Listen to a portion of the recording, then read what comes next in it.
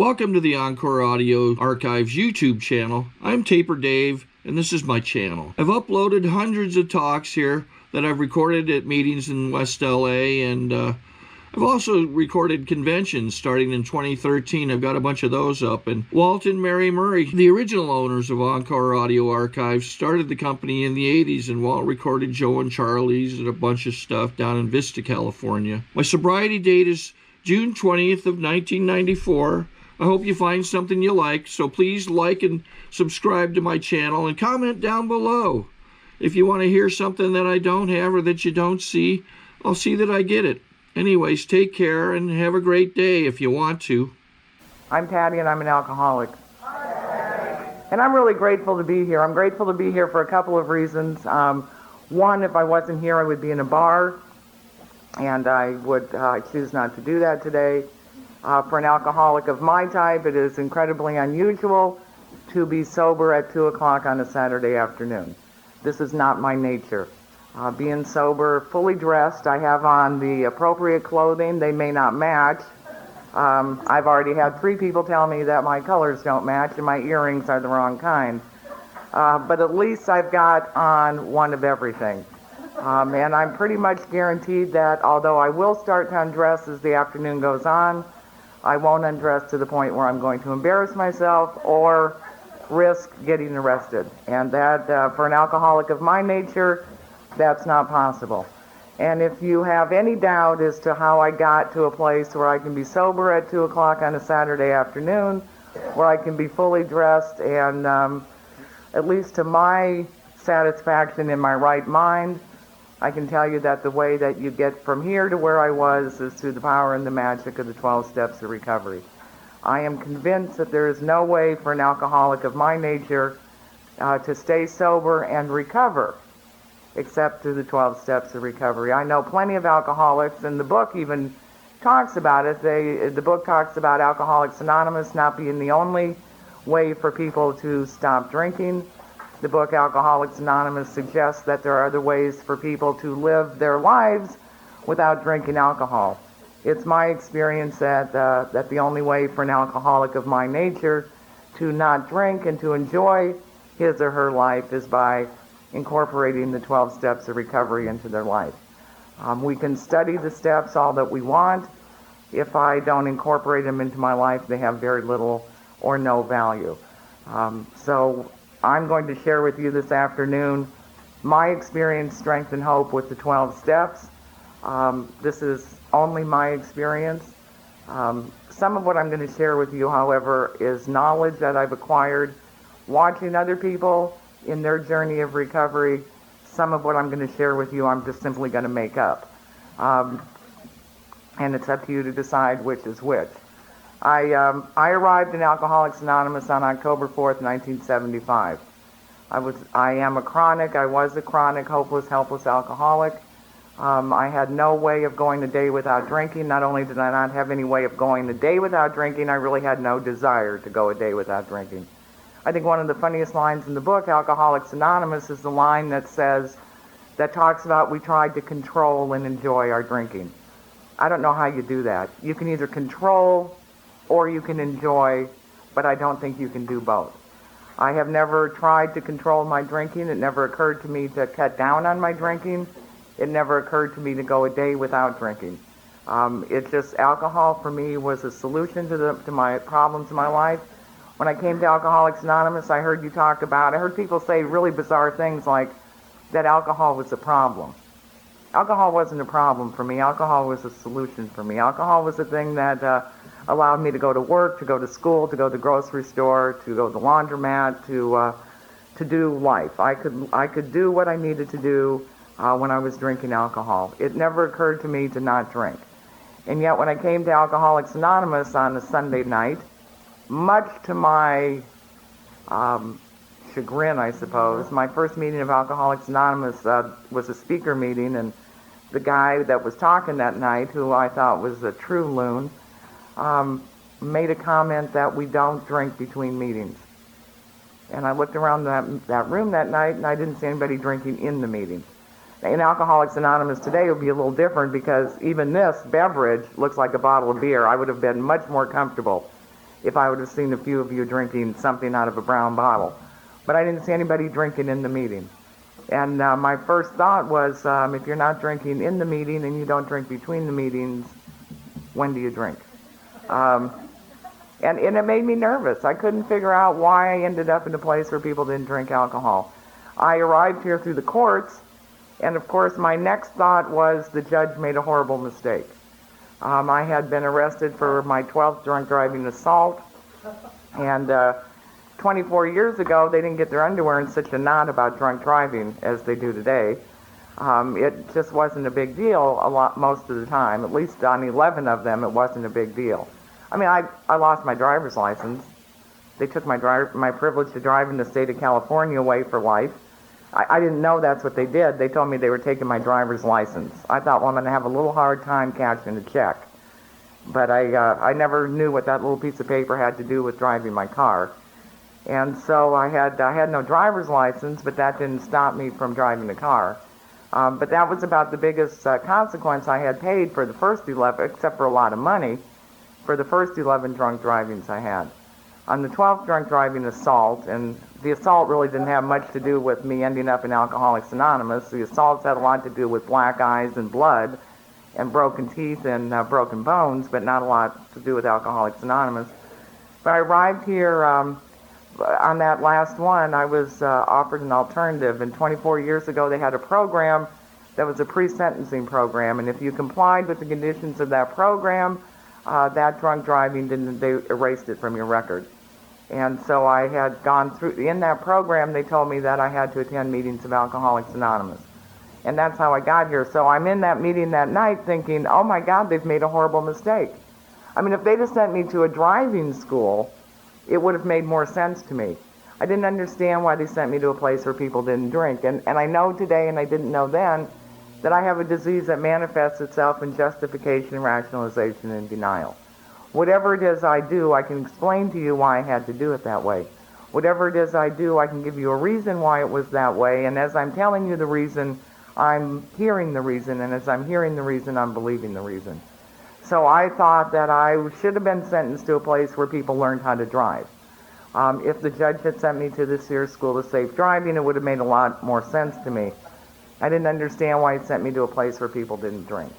And that's the condition I arrived in Alcoholics Anonymous. I had not taken the first step. I was not powerless over alcohol. I was appalled when I started hearing people talk about being powerless over alcohol. I heard people say it's the first drink that gets me drunk. And I thought, well, no wonder. If you could only drink one drink and you're drunk, I would probably want to quit drinking too. But I'm really a good drinker. I drink from the time I come to in the morning until the time I pass out at night. I drink all day long. If I could only drink one drink and I was drunk, I would probably have a need to stop drinking. But I didn't understand the powerlessness. I had not admitted powerlessness when I came here. And when you talked about your life being unmanageable, I thought, oh, poor you. My life was very manageable. I had gone to college. I had graduated from college with a 3.8 grade point average. I had gotten I hadn't gotten a master's degree, but I had sort of started toward a master's degree. I had gone into the profession of my choice. I had risen very quickly to the top. I had a big desk. I had lots of trophies and plaques. How could my life possibly be unmanageable? And I thought, well, poor you. I mean, you guys' lives were obviously falling apart. And you probably needed some kind of something. And initially in Alcoholics Anonymous, I assumed my job here was going to be to stay sober and help you to get your lives in order. And that's one of the reasons that I stayed. I don't think it matters why you stay here. I think what's important is that you stay here. I don't think it matters what the reason is. So needless to say, I did not surrender. I hear people talk about you have to surrender. I wish I could tell you how to surrender. 24 years later, I still cannot tell you how to surrender. I will tell you that if you work the 12 steps, you will be surrendered. I don't know how to tell you to surrender. I was not surrendered. I was not powerless. My life was not unmanageable. I did not want to go without alcohol. I had no desire to stop drinking. And that's the condition I arrived in Alcoholics Anonymous. Based on that and where I am today, I can tell you that the 12 steps of recovery change the lives of people who want their lives to change, and the 12 steps of recovery will change the lives of people who don't think their life needs to change. The steps are powerful, and they're the only way that I know that you can get to the condition I was in, to the condition that I'm in tonight, is through not studying the steps, but working the steps. And so that's where we're going to start this afternoon. I will tell you, when I talk, I start about 110 times. This is, I think, the third time I'm going to start. If you want to use your index cards to keep track of that, please feel free. I stayed sober in Alcoholics Anonymous. I didn't take a drink. One of the conditions of my court program is that if I got caught drinking again, I would go to prison for 10 years. Now that's incentive to not take a drink. I need to tell you that I had the obsession to drink. I need to tell you that I wanted to drink more than I wanted to breathe. I marked off the days. I had a calendar. My court program was 15 months. I really thought they'd make me do about 7.5 and roll me out. I thought that because I heard other people's jail experiences. Other people went to jail. They were sentenced to 16 months. They did half the time and they were rolled out. That wasn't my experience, but I heard other people. My experience with jail was I got sentenced to 6 months and I served 9.5. Because I don't know how to behave. The book Alcoholics Anonymous talks about people like me. It talks about that we become disgustingly and dangerously antisocial. I didn't become that way. I started out that way. And I don't know how to behave. I have no social skills. I have no ability to interact with other people. Now, I don't know all of this. This is all I know in retrospect. But I do jail like this. I go to jail, and I did time outside of Brawley, which is like torture in itself, a couple of times. I go to jail and they hand me my prison clothes. Now, outside of Brawley, women wear kind of a maternity-looking, no-shape sack dress. They're not stylish. I assume at one time they were pastels, but they had been washed a number of times. They're all gray. And you get your dress and you get your undergarments.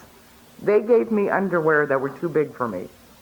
And when you have underwear that are too big for you and you're wearing a sack dress, you need to constantly hold up your underwear, because if you let go of your underwear, they're going to fall off. And so I'm walking around holding up my underwear most of the time. Now, every once in a while, I have a volcano that explodes and I need to fight. I still have it today, so don't push me at the break. And I'm walking around holding up my underwear and I need to fight. And I have a disease that I don't know I have. And my disease never gives me all the information. My disease comes up with a thought, and then I take an action. So I'm walking around holding up my underwear, and I think I have to fight. And so I start to fight. Now, when you start to fight and you have on big underwear, and you let go of your underwear, they fall down to your ankles, you trip yourself up, and you get the holy you-know-what beat out of you. And I never remembered to keep holding up my underwear. I could never remember to keep holding up my underwear. And when you fight, when you're locked up, they decide you're antisocial. They decide you need more time. Now, it doesn't make sense to me, because to me it was just more fighting time. It doesn't make sense to me, but that was my experience with jail. But when it's convenient to me, I will believe your experience. And your experience was you got rolled out early. So I assumed that I would be rolled out by this court program earlier than I had been sentenced to. And that's what I looked at my coming to Alcoholics Anonymous was, as a sentence. And so I figured I'd do 7.5 months and then I would be out of here. And in that time that I stayed with you, I just didn't drink. I didn't work the steps. I thought the steps were stupid. I thought the steps had nothing to do with my life. What on earth could these steps have to do with me? And it was all about me. 24 years later, it's still all about me. But it was all about me. What do these steps have to do with my life? These steps may have something to do with your life. Apparently, they were important to you. You read them at every dang meeting you had. You were always reading them. And I kept thinking, you're reading them at every meeting. You got them pasted up on the walls. Can't you remember them? If they're this important to you, you should be able to remember them. Why are you making me suffer with having to listen to them every time I come to a meeting of Alcoholics Anonymous? But they're apparently important to you. They weren't important to me. I did not try to do anything with them. I did memorize them, and if you're new around here, I'll tell you there's an advantage to memorizing them. Because if you can just kind of rattle one off to somebody, they'll leave you alone. If they start nagging you about something, rattle off a step, and they'll back up. They'll figure you know what you're doing. And I did memorize them, but that's all I did with them is memorize them. And but I didn't drink. And I didn't drink, and I didn't drink, and I didn't drink. But I was doing nothing else. And what happened to me, I think, is the beginning of my recovery. At 8.5 months sober, and I was sober. I hear people talk about being dry. I don't know about being dry. I know if you're not drinking alcohol, you're sober. I was sober. I was not recovering, but I was sober. And at 8.5 months of not drinking and not recovering, something happened to me that I have seen happen to other people in Alcoholics Anonymous. The pain of not drinking and not recovering is the greatest pain that I've ever been in. The book says we suffer from a spiritual malady. The spiritual malady for me, I'm a visual person, it's a big dark hole. And when that big dark hole is not getting fed alcohol and is not getting fed spiritual tools, the big dark hole just grows. And it grew and it grew and it grew. And the pain of not recovering and not drinking is the greatest pain that I've ever been in. And I've been in pain. If you're in Alcoholics Anonymous thinking that if you apply these steps to your life, you'll never experience pain again, I hate to be the one to break it to you, but it's a lie. I've been in pain sober, but I have never been, thank God, in the kind of pain that I was in, 8.5 months of not drinking and not recovering.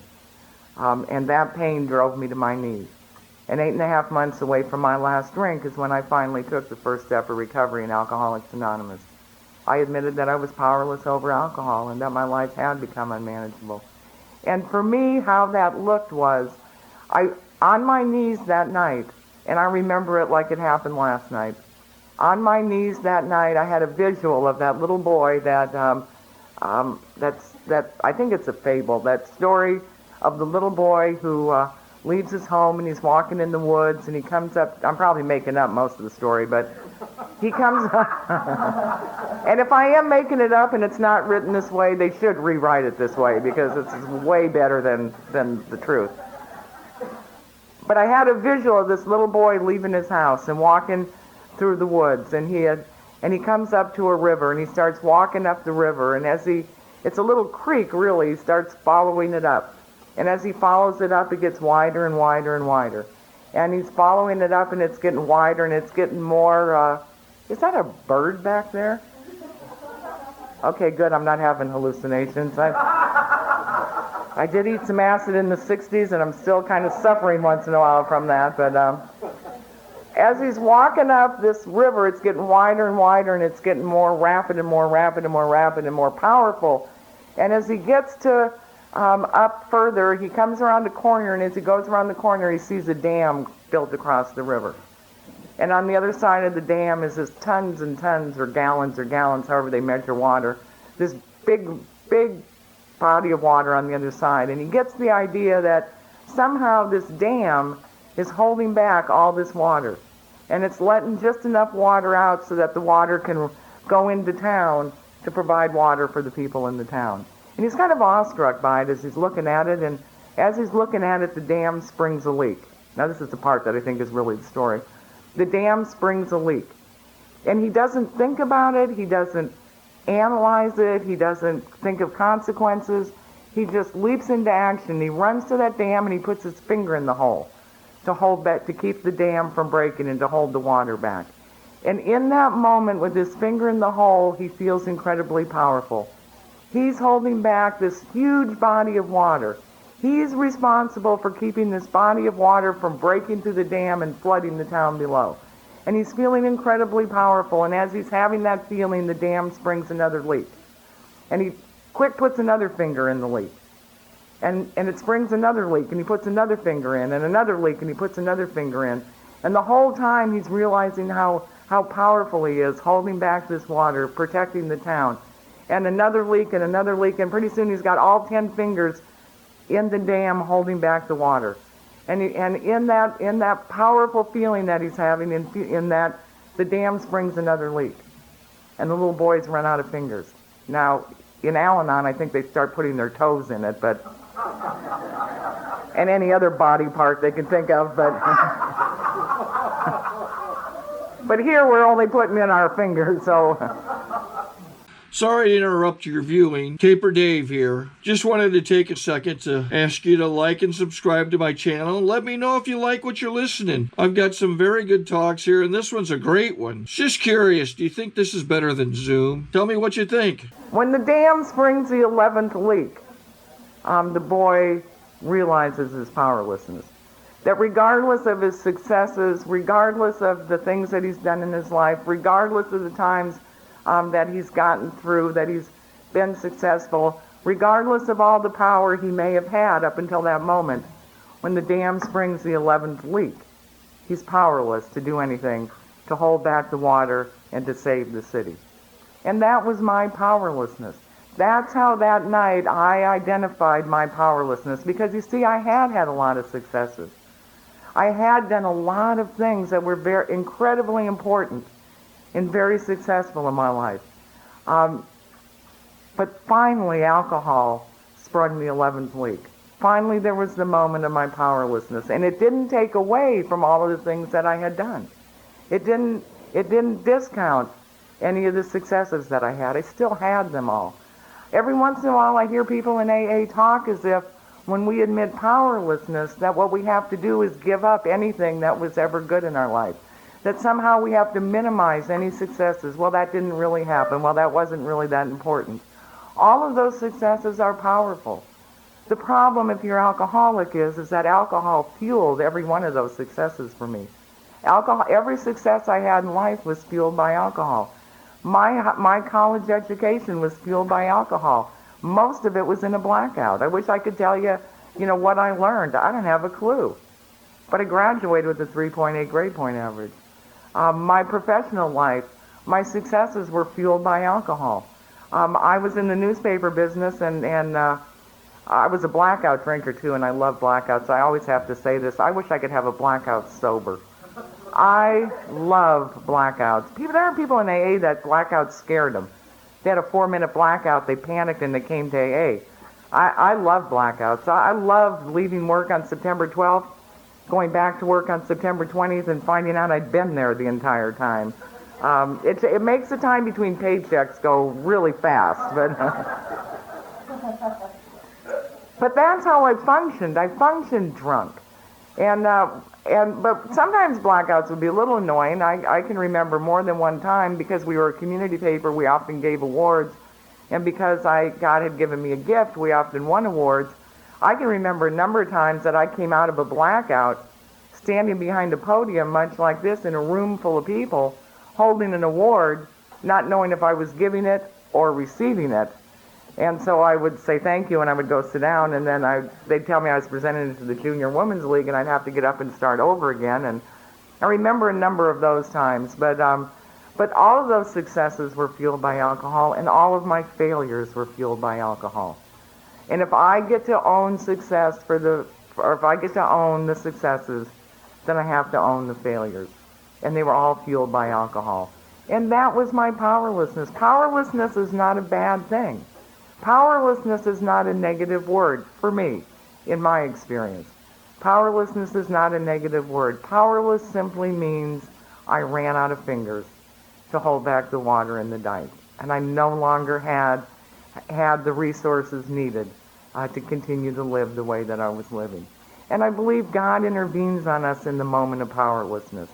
I believe we all arrive in Alcoholics Anonymous at the moment of powerlessness, when we've run out of fingers. The problem with alcoholics is that a disease that manifests itself in justification, rationalization, and denial. For some of us, it takes a long time to see that. Some of us need to stay sober in Alcoholics Anonymous for a period of time before we get far enough away to see the evidence of our alcoholism.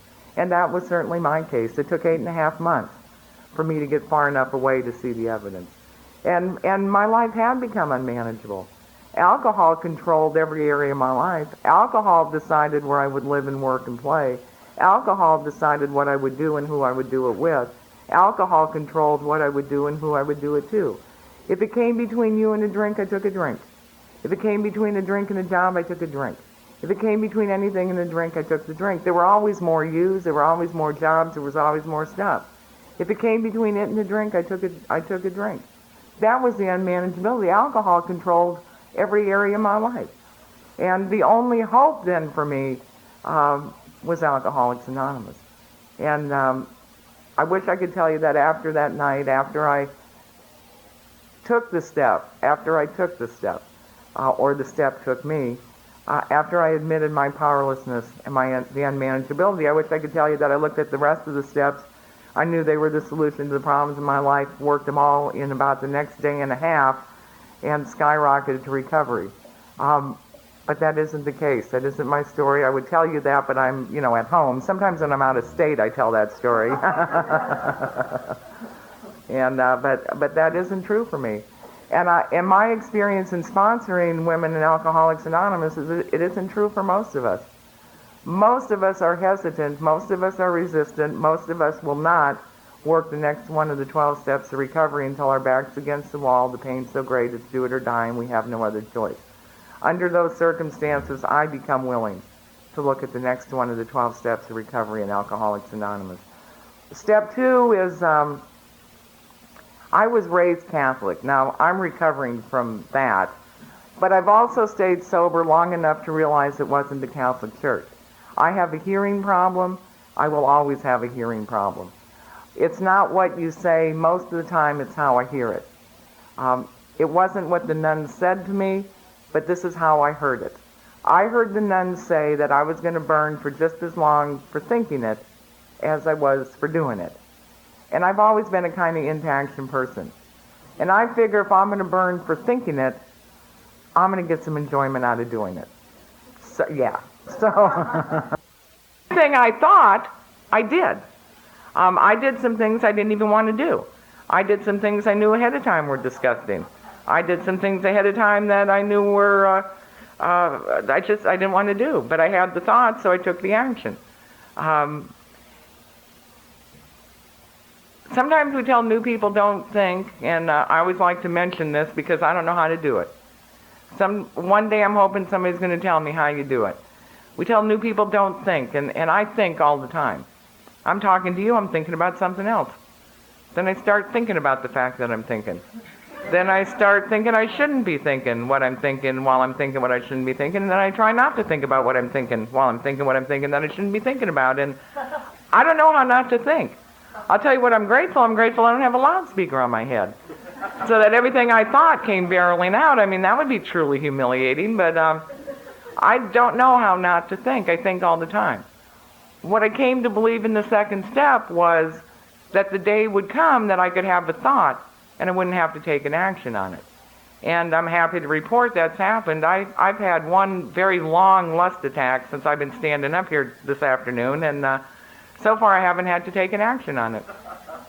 I may at the break, but I haven't had to take an action on it yet. And that's what I came to believe, for me, would happen in the second step.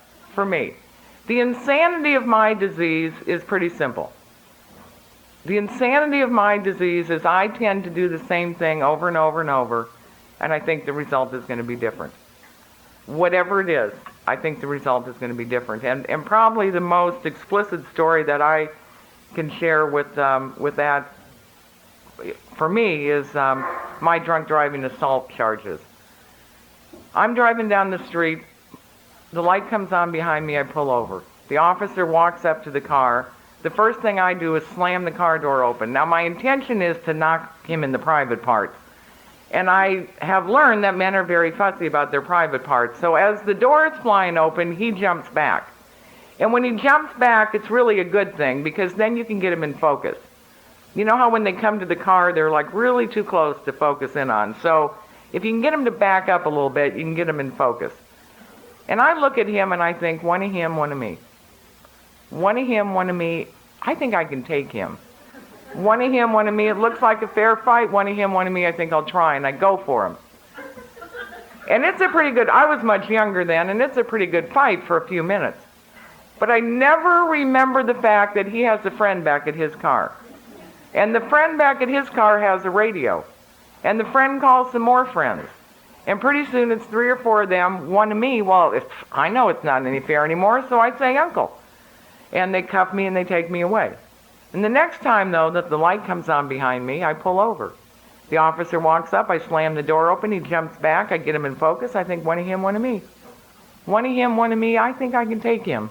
One of him, one of me, it looks like a fair fight. Try and I go for him. And it's a good fight for a minute, but I don't remember the friend, the radio, and the friend's friends. And pretty soon it's several of them, one of me, it's not fair anymore, I say, "Uncle." And they cuff me and take me away, and I don't do that once or twice. I do that 3, 4, 5, 6, 7, 8, 9, 10, 11, 12 times. And I never remember the friend, the friend's friend, and the radio. And that's my insanity. My insanity is I will do that over and over and over. And I think the results are going to be different. How many times do we say to ourselves after a really hard day of work? I mean, your boss has been on you, the people you work with have been nagging you, you have a really big project, you didn't get it done, you're driving home, you're really stressed, you're really frustrated, and I'm just going to stop for one drink. I've had a really hard day, I'm just going to stop for a drink, I'm going to relax a little bit, I'm going to go home to the husband and kids, I'm going to cook dinner, well, I'm not, but I'm going to cook dinner, I'm going to have this nice dinner, I'm going to read this little book to my kids, I'm going to take them to bed, tuck them in, spend some quality time with my husband, and then tomorrow will be another day. I'll go to work tomorrow and it'll be different. And I pull into the bar and I order a drink and I order another drink and I order another drink and I order another drink. I don't get home till the bar closes. Usually I don't have most of my clothes on. The kids are in bed, the husband's in bed, and I wake up in the morning with an incredible hangover. But the next day on my way home and I think I'm just going to stop for a drink. Just need to relax, I'm just going to have a drink and then I'm going to go home. And I go in and I order a drink and I have another drink and another drink and another drink. And every night I do that. And I always believe that I'm going to stop for one drink. That's why people who are involved with us, it makes them crazy, because we're crazy. Because we tell them, "Honey, I'm just going to stop for a drink, I'll be right home. Honey, I'm just going to stop for a drink, I'm going to be right home." And what they don't know and what I don't know is that I have a disease. I have a disease that controls every area of my life. I'm powerless over alcohol. When I drink alcohol, alcohol controls my life. My life becomes unmanageable because alcohol controls my life. I don't have any choices. I mean it when I call you and say I'm coming right home. I mean it when I tell you I'm going to have one drink, I'm going to come home. I really mean it. But the insanity of my disease is I give it up to alcohol, and alcohol controls it. And I do it over and over and over. Whatever it is, I do it over and over and over, and I think the result's going to be different. Somehow, this time it's going to be different. And that's the insanity. I wish the insanity was about, we jump on tables, we put lampshades on our head, we put cigars out of both ears, and we sing the Star Spangled Banner out of tune. I wish the insanity was that we run down Pacific Coast Highway naked. I wish the insanity was that we moon the Amtrak. I wish the insanity was about something that I do like that, because I can stop doing that. I can stop mooning the Amtrak. I cannot stop drinking alcohol. I cannot stop drinking alcohol, and so I cannot stop the insanity of my disease. I can't do it. And if I can't do it, I'm pretty much hopeless, unless I come to believe that we can do it. And through the steps, I come to believe that we can do it. I came to believe that a power greater than myself would restore me to my thinking. And for me, and this always gets people's underwear in a knot, I need you to remember this is my experience. If this gets your underwear in a knot, please talk to somebody after we're done. Don't bother me with it at the break. Oh wait, love and tolerance is our, well, that's not until the 10th step, and we're not there yet. The power greater than myself, for me. I'm a loner by nature. Alcoholics Anonymous doesn't change your nature. What Alcoholics Anonymous has done for me is it's given me the courage and strength that I need to do the things I need to do in spite of my nature. But it doesn't change my nature. I'm a loner by nature. I like to sit by myself on my couch and watch Nick at Night. I like to read. Well, it proves the insanity too right there. I like to read. I like to fish. I like to throw and reel.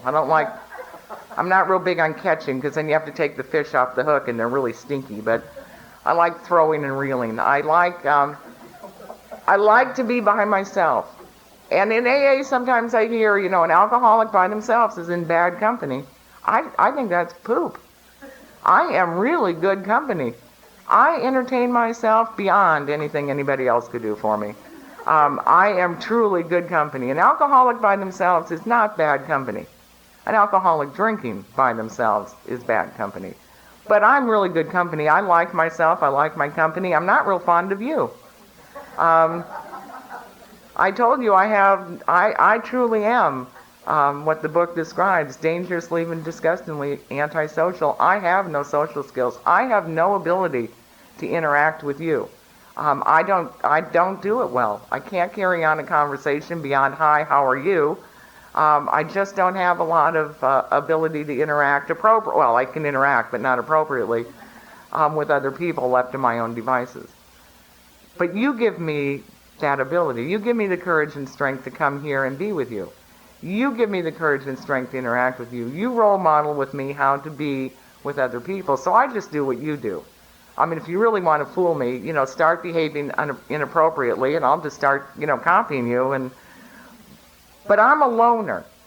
If you're a loner, you're a loner if you don't like AA potlucks. That pretty much clears that up. But being a loner, for me, the power greater than myself was not God.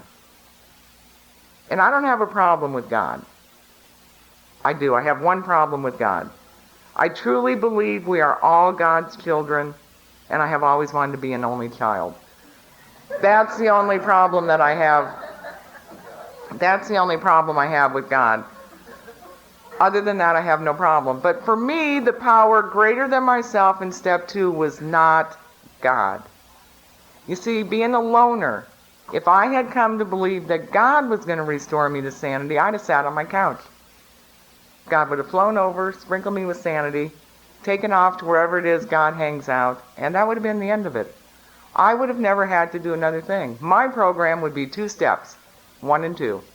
Admit I'm powerless, my life's unmanageable, God restored me to sanity, I'm done, thank you very much. So for me, the power greater than myself had to be the action, the steps 3, 4, 5, 6, 7, 8, 9. I came to believe that taking the action, the steps, I would be restored to right thinking. I'm a thinker. I live in my head. I am proud to report it. I am not a touchy-feely person. You ask me how I feel, I will start the answer with, I think. This is where I live, in my head. If you're a thinker, if you live in your head, it's fine. You can stay sober in Alcoholics Anonymous, living here, being a thinker. If you want quality in your life, you will move it to your heart. But you can live right here in your head. And I'm a thinker. I have always tried to think my way into right living. I have always tried to come up with a solution to the problem long before it was a problem. I come up with ideas all the time. I don't get your input, I make them up. I come up with ideas. Some of them are good, some of them are a little sketchy. But I've tried to think my way into right living.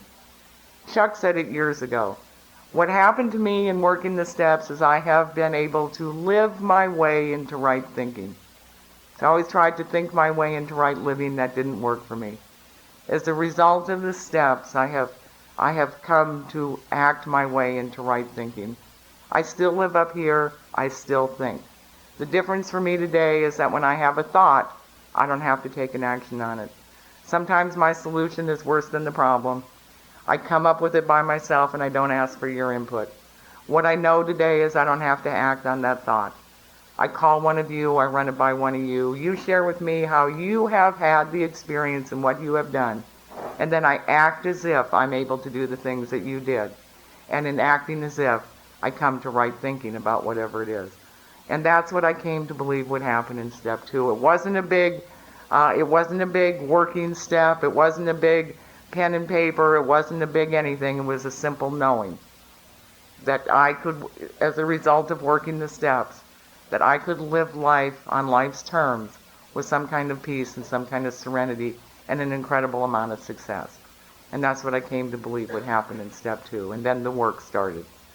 And before we do the work, I need to use the ladies' room. So we're going to have a 10-minute break.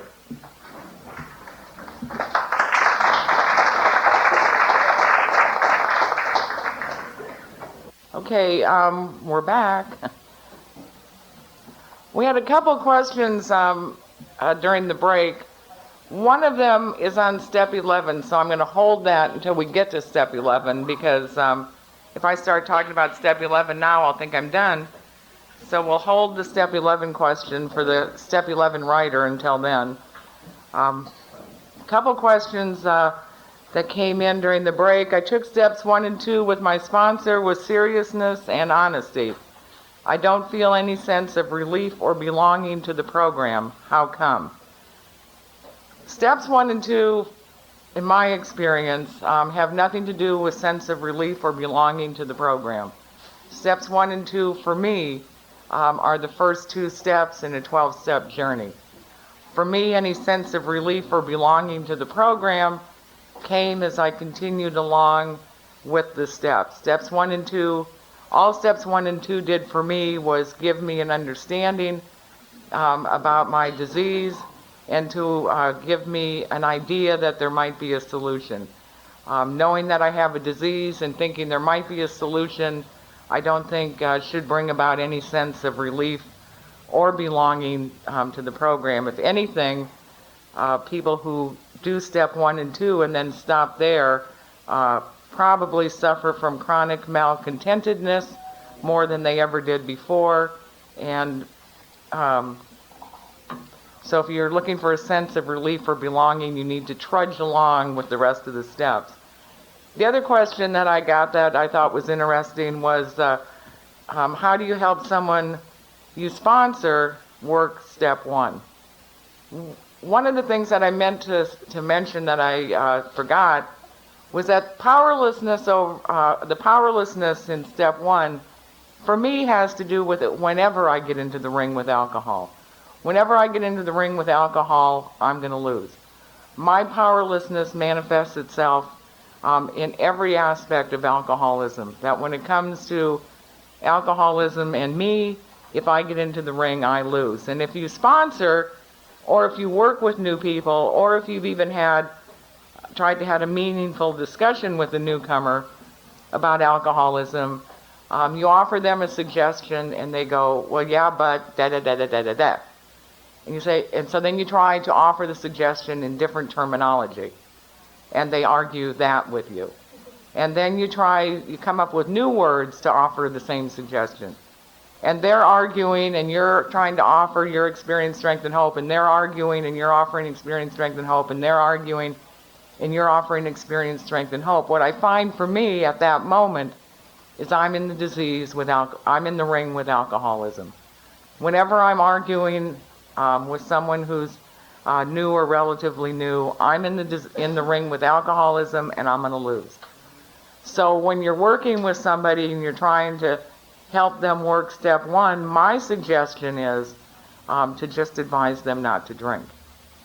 And for me, my experience was in not drinking, I encourage people to work the first step of recovery, because my not drinking was what led me to the place where I took the first step. I don't think as sponsors that we have a lot of power over other people's powerlessness and unmanageability. And I think if we think we do, and if we think we're going to try to help somebody work their first step, we're getting into the ring with alcoholism and we're going to lose the fight. My powerlessness has to do with every area that I try and do battle with alcohol. So those were the first 2 questions. They were brilliant questions. I encourage all of you to use your index cards for more questions. we left at the end of step 2, which brings us to step 3. One of the things in your information that I noted was that the steps are numbered. They're numbered suggests to me that they're intended to be worked in the order that they come in. Step 3, I've heard people over the years in Alcoholics Anonymous talking about the third step. Made a decision to turn my will and my life over to the care of God as I understood Him, and they explained to you in great length how they get up every morning, they take the third step, they make an effort to turn their will and their life over to the care of God, but they don't turn all of it over, or they turn it over and then they take it back, or they turn it over when they're at home, but then when they're on the freeway they decide to take it back, and they're forever turning their will and their life over to the care of God, and they're forever taking it back, and yada, yada, yada, yada. My suggestion is that those people don't understand the step. When I got to the third step, I looked at it like driving my car. I drive my car, I'm coming to the Canyon Club, and I'm coming down the road, and I get to an intersection, I have to make a decision, turn right or turn left. To get to the Canyon Club, I have to turn left. I make a decision to turn left, and I go straight through the intersection. So I make a U-turn, and I head back for that same intersection. And I'm coming up to the intersection, I make a decision, turn right or turn left. Now I got to turn right to get to the Canyon Club. I make a decision to turn right, and I go straight through the intersection. Now I'm getting irritated, but I make another U-turn, and I head back for the intersection. And I'm coming up to the intersection, I got to make a decision, turn right or turn left. Now to get to the Canyon Club, I got to turn left, so I make a decision to turn left, and I go straight through the intersection. Make another U-turn. I'm headed back for the same intersection. Make another decision, turn right or turn left. To get to the Canyon Club, I got to turn right and make a decision to turn right. I take the steering wheel and I turn it to the right. You see, the book Alcoholics Anonymous talks about it. It says, although our decision was vital, it had very little permanent effect unless immediately followed by action. Step 3 says, make a decision. It doesn't say turn your will and your life over to the care of God before you go on. It doesn't say stop here. Turn your will and your life over to the care of God, and then you can go on with the steps. If I had the ability to turn my will and my life over to the care of God, I would have admitted I was powerless, noted the unmanageability of my life, come to believe that I was going to be restored to right thinking, and turn my will and my life over to the care of God, and that would have been the end of it. Why on earth then did they write 9 more steps? The step says make a decision, and here's what they were asking me. The decision for me was pretty simple. Decide among these 2 options. How do you want to live? Chronic, hopeless, helpless alcoholic.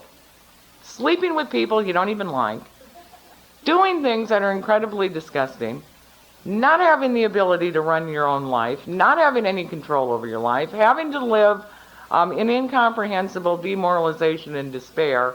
Or do you want to believe that the people in Alcoholics Anonymous may be telling you the truth? Incomprehensible demoralization or despair. Incomprehensible demoralization or hope for a better life. It really isn't a difficult decision. It's the same decision you have to make coming to an intersection. Turn right, turn left, or go straight. I think I'll decide that the people in AA are telling me the truth. I think I'll decide that there's hope for my life. I think I'll make a decision that my life could be different than it's been up until this point. I'll make this decision. That's all the third step asks me to do. It doesn't ask me to turn my will and my life over to the care of God.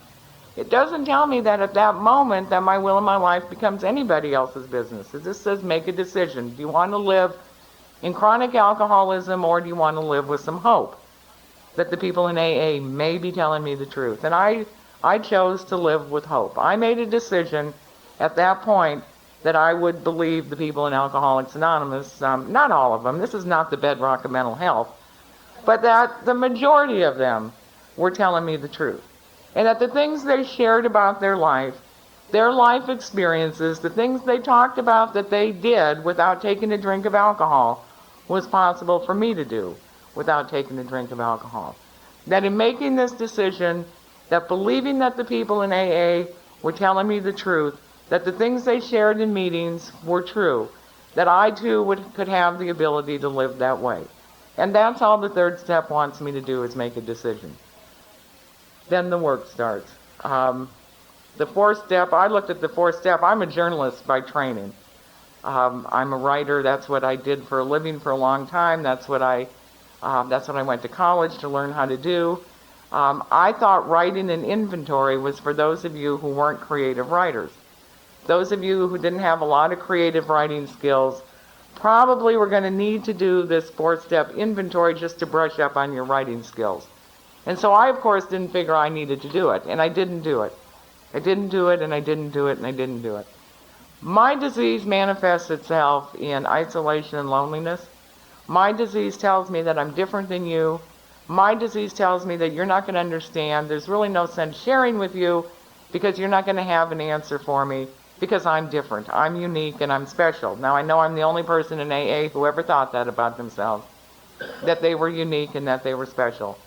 But that's what I believed about myself. And our beliefs don't instantly change because we're not putting alcohol into our bodies. Our beliefs don't instantly change because we come to a meeting of Alcoholics Anonymous. What I believe about myself stays intact until I have an experience that shows me that there's another way to believe it. But I didn't think I needed to do an inventory, and so I didn't do it. And I came to meetings of Alcoholics Anonymous, and I sat in the middle of you, and I felt isolated and alone. I felt different. I felt unique. I knew that why share? You weren't going to understand anyway. And I would leave a meeting in more pain than I came in with. And I would come to a meeting the next day in pain. And I'd feel isolated and alone. I'd feel different and unique. I knew there was no sense sharing. You weren't going to understand anyway. And I left in more pain than I came in with. And I did that night after night. Until the pain of being with you was so great that I knew I would have to leave Alcoholics Anonymous. I couldn't possibly stay here in the kind of pain that I was in. I could not stay here experiencing the pain that I experienced. And so I made a decision that I had to leave Alcoholics Anonymous. This is one of those thoughts that I have that has no basis in reality, that nobody helps me figure out. I just knew I had to leave Alcoholics Anonymous. My solution is to drink alcohol. I know that when I drink, I get rid of the pain. I know that when I drink, the pain is gone. I couldn't stay here in the pain that I was in. And I needed to leave Alcoholics Anonymous, and I needed to drink. And on my way out of the meeting that night, I had another thought. And that thought was, before you leave Alcoholics Anonymous, why don't you try doing an inventory? Why don't you try the fourth step? You don't need to do it.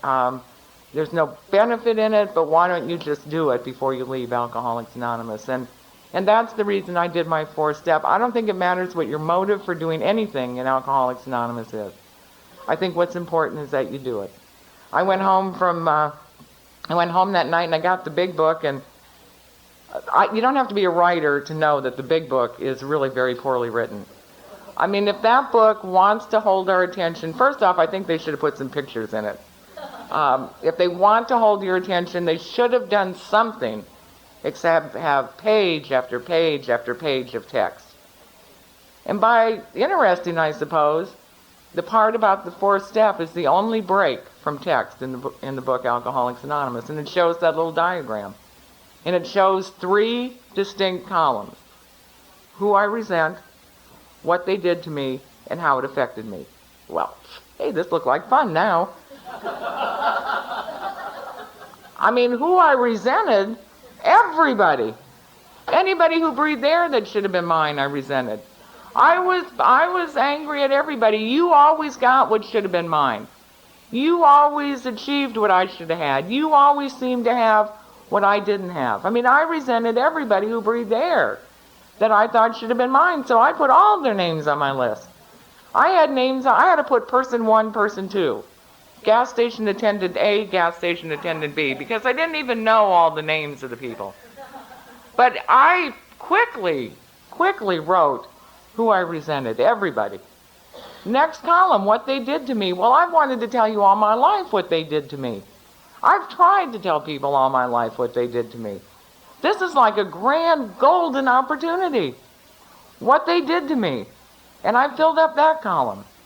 Next column, how it affected me. Well, it affected my self-worth, my self-esteem, my integrity. Every area of my life was affected by you and what you did to me. Well, no wonder I drank. If all these people did all these things to you, you'd have drank too. And I was really having a good time writing the inventory. I was sorry I waited so long. I couldn't figure out why I put it off. I couldn't figure out why I thought it was something you should do and I didn't have to. I was really having a good time. And then in my zealousness, I accidentally turned the page in the big book. And hidden in the text, after the diagram, hidden, I mean, you have to look for it almost. It says, referring to our list again, we put out of our minds the wrongs others had done. And we looked at what our part was. Well, that wasn't any fun anymore, but I often am amazed. I'm so amazed with Alcoholics Anonymous. I am so amazed at how the steps work, and I'm amazed at how they fit together. And I'm amazed by the loons. I mean, this book was written by the first 100 people who got sober. They're newcomers wrote this book. They're people who didn't have a lot of experience. They didn't have the benefit we have of discussion meetings where everybody comes and, dumps and shares all their stuff and carries on and entertains one. I didn't have the benefit that we have. And yet those first 100 people wrote this book. And they had, by God's grace, the foresight, it probably was, you know what it probably was? Pages are only so big and they ran out of room. But I think it's like this miracle, this foresight that they had, that when they made that diagram, they only made 3 columns. Can you imagine my resistance? If I would have gotten to the diagram and it had all 4 columns written out, your part. Yeah, your part. I mean, it's amazing what happens here. It's amazing how it all falls together, how God's plan is so perfect for an alcoholic of my nature. If all 4 of those columns had been on that page, I would not have done this. But by the time I found it hidden in the text, I was already invested into the process. So I did that 4th column and I wrote what my part was. And I did that with my resentments, my fears, and my relationships, the way the book said. The book says sex, but I think it means, I don't think they knew the buzzword relationships at the time the book was written. I did it with my relationships. And for the first time, I saw who Patti was. And for me, that's the intent of the 4th step. The 4th step is not about, let me sit home, write an inventory about what a horrible person I am, give me more information to beat myself up with, give me some excuse to feel sorry for myself, write about how horrible I am, what a terrible creature I am, how I don't even deserve to breathe air on the planet, right. I don't think that's the intent of the 4th step. For me, from my experience, the intent of the 4th step was to look at who Patti really was. You see, I spent my whole life putting on a show for you. I spent my whole life, fueled by alcohol, doing the things that I thought you wanted me to do. Being who I thought you wanted me to be. Pretending that I was something else. Acting as if I was something else than what I was. And in putting on the show, I came to believe the show. I believed I was the person that I presented for you. I believed that that's who I was. When I wrote my 4th step, I saw who Patti really was. If that's for me, I'm not here. Sounds like somebody just won at Keno. Makes me want to go gambling, but then everything makes me want to go gambling. And I remembered when I finished that 4th step, and I did it in a day. I didn't stretch it into a month or a year. I mean, I just did it. Once I got started writing, I did it. And I remembered when I finished that step, when I finished that writing, I remembered a Sunday when I was a kid. And there's 6 kids in my family. My father's a drunk, and my mother's a major untreated Al-Anon. And my mother's the kind of untreated Al-Anon, the controlling type. Now, I think if you're going to live with an untreated Al-Anon, it is really best to have an enabler. Enablers just give you stuff. You know, they want your life to be easy. They give you stuff. Whatever you ask for, they give it to you. They take care of the consequences of your life. You know, they don't let anything bad happen to you. They take it all themselves. I mean, enablers are really cool, untreated Al-Anons. Controllers are really a pain. They're the ones that want to, like, run the show. They want to direct everything. They want everybody to be in their place. They want you to behave this way, do this. I mean, just sort of like we do. I mean, they want to be in charge. And my mother was one of those, major untreated Al-Anon controller. And I remember the Sunday that we went on this picnic, and we got to the park, and My mother put the blanket out, and she put the food out, and there's 6 kids, we're running around. And my father, the drunk, as soon as everything was set out, my father, the drunk, collapsed, passed out diagonally across the picnic blanket. He was laying on top of all the food. And this sort of gave the kids, it was like a cue. If you grow up in an alcoholic home, you get a lot of cues. And this was a cue for us to go nuts. We started, if Dad can pass out, we can go nuts. We started ripping bologna sandwiches out from underneath them, and we were flinging bologna sandwiches at one another and handfuls of potato salad. We were having this major food fight in our little section of the park and your little section of the park. We spread it out, and my mother is trying to get us back into control. And she's a little thing, and she's running around screaming at us to sit down and stop throwing food. And if you have one of those kind of Al-Anons, it's like fuel. You just do it more. And we were totally out of control. And my mother, in all of that insanity, looks across the park, and on the other side of the park, she sees this family having a picnic. And they're like this really Ozzie and Harriet. Oh, some of you aren't even old enough to know who they are. They're like this little normal family over there having a picnic. And the kids are sitting, with their legs crossed, and they have little napkins on their lap, and they're eating their little sandwiches, and they're kind of singing little songs, and they're having, having a little family time, and Dad's participating, and one of the kids is throwing a Frisbee, and the dog's running and getting the Frisbee and bringing it back. And just curious, do you think this is better than Zoom? They're like this really boring family having their picnic, but my mother spots them, and she thinks, why can't we be a family like that?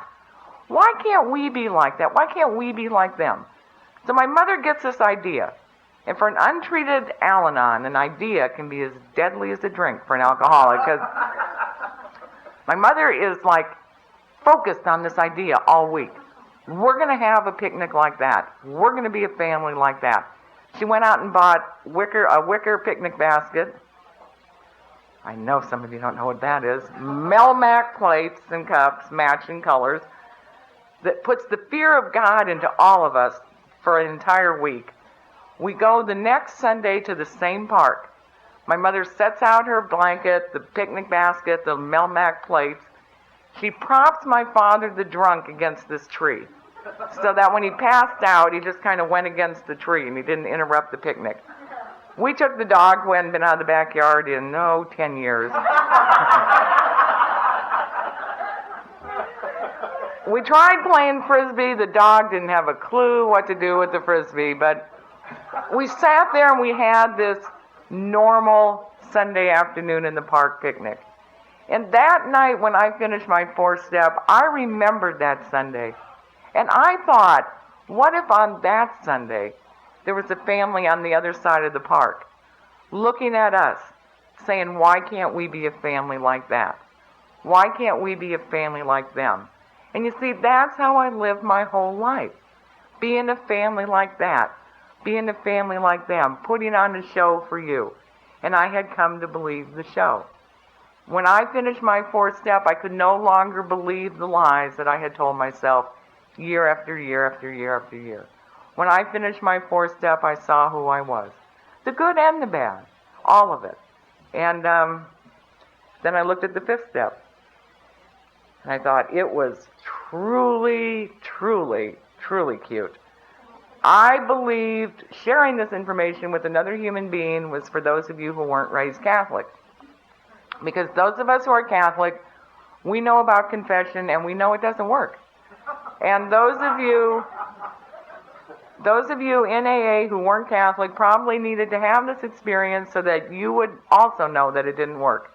And I of course, didn't have to do a 5th step. So I put my 4th step in the trunk of my car. I lived alone, but I didn't want to risk anybody finding it. So I put it in the trunk of my car. I had my first and last name written on every page of that puppy.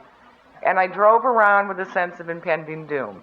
And of course, the fear was that I'd be rear-ended on the freeway, my trunk would fly open, my 4th step would be everywhere, and rather than do a 5th step, I just chose to drive around that way for a really long time. And I thought of everything that newcomers think of. I thought I would do it with somebody who didn't speak English. Thought I would find somebody on a bus bench, preferably a homeless person, preferably a drunken homeless person, preferably a drunken homeless person with not much longer to live, that I would share it with. You see, my disease is all about me. My disease is I am the center of the universe. Now, what I know today is that you also are the center of the universe. What I know today, it's my perspective. I mean, from where I look, I am the center of the universe, from where I look. And from where you look, you're the center of the universe. But for me, it was all about me. For me, this fourth step of mine was so incredibly important and valuable that if it fell into the wrong hands, it would be in the LA Times, certainly. It would be published somewhere. And I wasn't about to risk that happening. And so I just put it in the trunk of my car and drove around looking for the perfect opportunity, the perfect person. I knew not to share it with anybody in AA. I mean, think about meetings that you go to. Think about when you hear people share. And they say things like, last night in a meeting I heard, quack, quack, quack, quack, quack. Well, this person in AA said, quack, quack, quack, quack, quack. Well, my sponsor was saying, quack, quack, quack, quack, quack. Well, here's what I can imagine. When Patti did her fourth step, this is what she shared with me. I mean, that's what I thought. I have a disease of selfishness and self-centeredness. And that's what I thought was going to happen. And so I just wasn't going to do it. And what I did instead was I would come to meetings of Alcoholics Anonymous. I would come to discussion meetings, and I would share in the meeting. I mean, it's an appropriate thing to do. I would share in a meeting, and I would feel better. And then I would come to a meeting and the next day, and I would share in the meeting, and I would feel better. And I would come to a meeting, and I would share, and I would feel better. And what I know today is, I don't know a lot about cars. I mean, I pretty much know you should put gas in them, but beyond that, I'm pretty clueless. But what I know about cars is if you have a radiator that's overheating, if you turn that little cap a little bit and let the steam out, you can drive a few more miles before it overheats again. And then you pull over and you turn that little cap and you let the steam out, and then you can drive a few more miles before it overheats again. But eventually you have to drain the radiator. Probably best if you take it to somebody who knows what they're doing, but the radiator's got to be drained, and it's got to be cleaned, and it's got to be repaired. And see, what I was doing in Alcoholics Anonymous with my fourth step in the trunk of my car is I was coming in here and turning that cap and letting off a little steam so I could go for a little bit longer. And then the pressure would build up, and I'd come to a meeting, I'd share a little bit and let off a little of the steam, and I could drive a little longer. And instead of doing a fifth step, instead of having the radiator repaired, I was just letting off a little steam every once in a while. And I think that happens a lot in Alcoholics Anonymous. People get all upset sometimes when we tell newcomers, they shouldn't share, and then they have to remind us they're the most important person in the room, and without them, we would be nothing, and their sponsor told them to share at every meeting, and of course, their sponsor's not here, so they're going to bore us to death. And for me, one of the reasons as a sponsor that I suggest that somebody not share in a meeting of Alcoholics Anonymous is because my experience is what you're doing is you're letting off a little of the steam. Rather than engage in a fifth step, you're just letting off a little of the steam so that you can go a little bit longer and a little bit longer and a little bit longer. And that was my experience. That's what I did. And then one night I was in Los Angeles, and I had a friend I had two friends. I don't make friends well, doesn't play well with others. I had a friend here who got to be my friend by accident. I mean, I didn't even know she was my friend for a long time. I don't have those kind of skills. And I had a friend in Los Angeles. My only other friend was in this court program that I was in, and I could risk her being my friend because she lived in LA and I never saw her. And I can maintain those kinds of relationships. I am really good at maintaining a relationship where I never see you and never talk to you. I have had love affairs. The other person doesn't even know they're involved. I maintain those well, but this other friend of mine who lives in Los Angeles, I was up visiting her, and we were talking, and as we were talking, I realized I was doing a fifth step. As we were talking, I realized that I was telling her who I really was. And I thought, if I'm going to do it, I'm going to do it right. So I went to my car and I got my fourth step and I went in and I did my fifth step with her. And because it's my experience, I believe that God will put the person in front of you with whom you're to share. I did not do a fifth step with my sponsor. I did a fifth step with this woman because God put her in front of me that night. God put her in front of me on the exact night that I could no longer get relief coming to a meeting of Alcoholics Anonymous and sharing just a little to let the steam out of the radiator. God put her in front of me on the night when I needed to have the radiator drained and have it repaired. And I did my fifth step. I read the whole thing to her. And when I got done, she looked at me, and my recovery, as you can tell, was not red hot at this time. I mean, I was not getting a star in Alcoholics Anonymous for a role model of recovery. Hers was even worse than mine. I at least knew there were 12 steps. She thought there were only 2. And she had 2 weeks less sobriety than I did. So I would not have picked her to do this with. Absolutely. Left to my own devices, I'd have shortchanged myself. Because I'd have picked somebody else. I'd have picked that homeless drunk about ready to die. I'd have picked the person who didn't speak English. A deaf mute would have been good too. But left to my own devices, God put the person in front of me with whom I was to share. Because when I finished reading my fifth step to her, she looked at me and she said, Patti, one day the things you have listed as your greatest assets will become your greatest liabilities. And the things you have listed as your greatest liabilities will become your greatest assets. And I thought, oh, wonderful. I have just done a fifth step with a woman who has lost her last wingnut. This is not a very comforting position to find yourself in. I need to tell you this afternoon that the things that I have always thought were my greatest assets in Alcoholics Anonymous become my greatest liabilities. And the things that I thought were my greatest weaknesses here become my greatest strengths. An example of that, I'm a strong woman. I've always been a strong woman. I was raised as a child to do it myself. I was raised to believe that if I couldn't do it, it didn't need to get done. I didn't need you or they or them. If I couldn't do it, it didn't need to get done. And when you grow up that way, you become very strong and very, very self-sufficient. And that was always an asset for me. In Alcoholics Anonymous, that becomes a liability. Because whenever I try to do anything by myself here, I shortchange myself. Whenever I try to do anything by myself, I shortchange myself.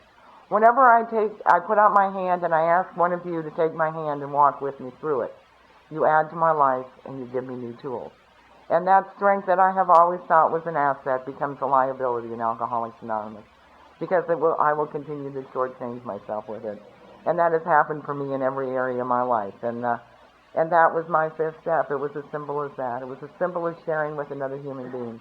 And what other thing that happened for me that night, I had spent my whole life building a wall to keep you out. It seemed to me, and this is just my perspective, I need to qualify this by telling you, I have 5 brothers and sisters who do not have the same perspective of our childhood that I do. Of course, they all still drink and smoke dope, but they have a real different perspective of our childhood. This is just my experience. But my perspective of my childhood is that people hurt me all my life. People let me down and they disappointed me. You told me you would be there for me and you didn't show up. I was forever being hurt. I was forever being disappointed. My parents told me they loved me anymore. Their love and I had died. Their love was physically, mentally, and emotionally abusive. And as a small child, I had begun to build a wall to keep you out. I built a wall to keep you out for 2 reasons. One, I didn't want to be hurt anymore. And the other one is I just don't think I like people. You couldn't trust people. You couldn't depend on people. You couldn't rely on people. And I built this wall to keep you out, and the wall worked really well. It kept you out. What I never knew about that wall is it made me a prisoner inside. I lived behind that wall in isolation and loneliness. And alcohol didn't allow me to come out from behind that wall and play. What alcohol did is it made it okay for me to stay back there. Alcohol made it okay for me to live behind that wall. And when I did my fifth step with that woman that night, that wall that I had built between me and you, that wall did not crumble. But when I did my fifth step that night, 1 brick came out of that wall. And every time I've shared with another alcoholic, another brick has come out of that wall. Until today, I have no brick wall between me and you. But it's been a process, a brick at a time, a brick at a time, a brick at a time. And it began for me with the fifth step. It began for me with sharing for the first time with another human being who I was. I went home from doing my fifth step, and I did step 6 and 7 quite by mistake. I didn't mean to recover this quickly. It was not my intention. I had hoped to put it off for a long time. I had been able to put everything else off for a while. I had intended to put this off too, but just by coincidence, I opened the big book to the part where it talks about steps 6 and 7. And I started to read. And my opinion is the only place in the big book where it's at all poetic is around steps 6 and 7. And as I was reading that part of the big book, I got lulled into reading it. And when I became aware of what I was reading, I was in the middle of the 7-step prayer. And when I became aware of what I was reading, that prayer took the longest journey anything has ever taken for me. The journey from my head to my heart. And I finished reading that prayer, and I knew that I believed it. I knew that I believed what it said in that prayer. And I did what happened in what it says in the book happened to me. And, we tell new people don't leave before the miracle happens, and then we don't tell them what the miracle is. I think it's important for us to tell people what the miracle is.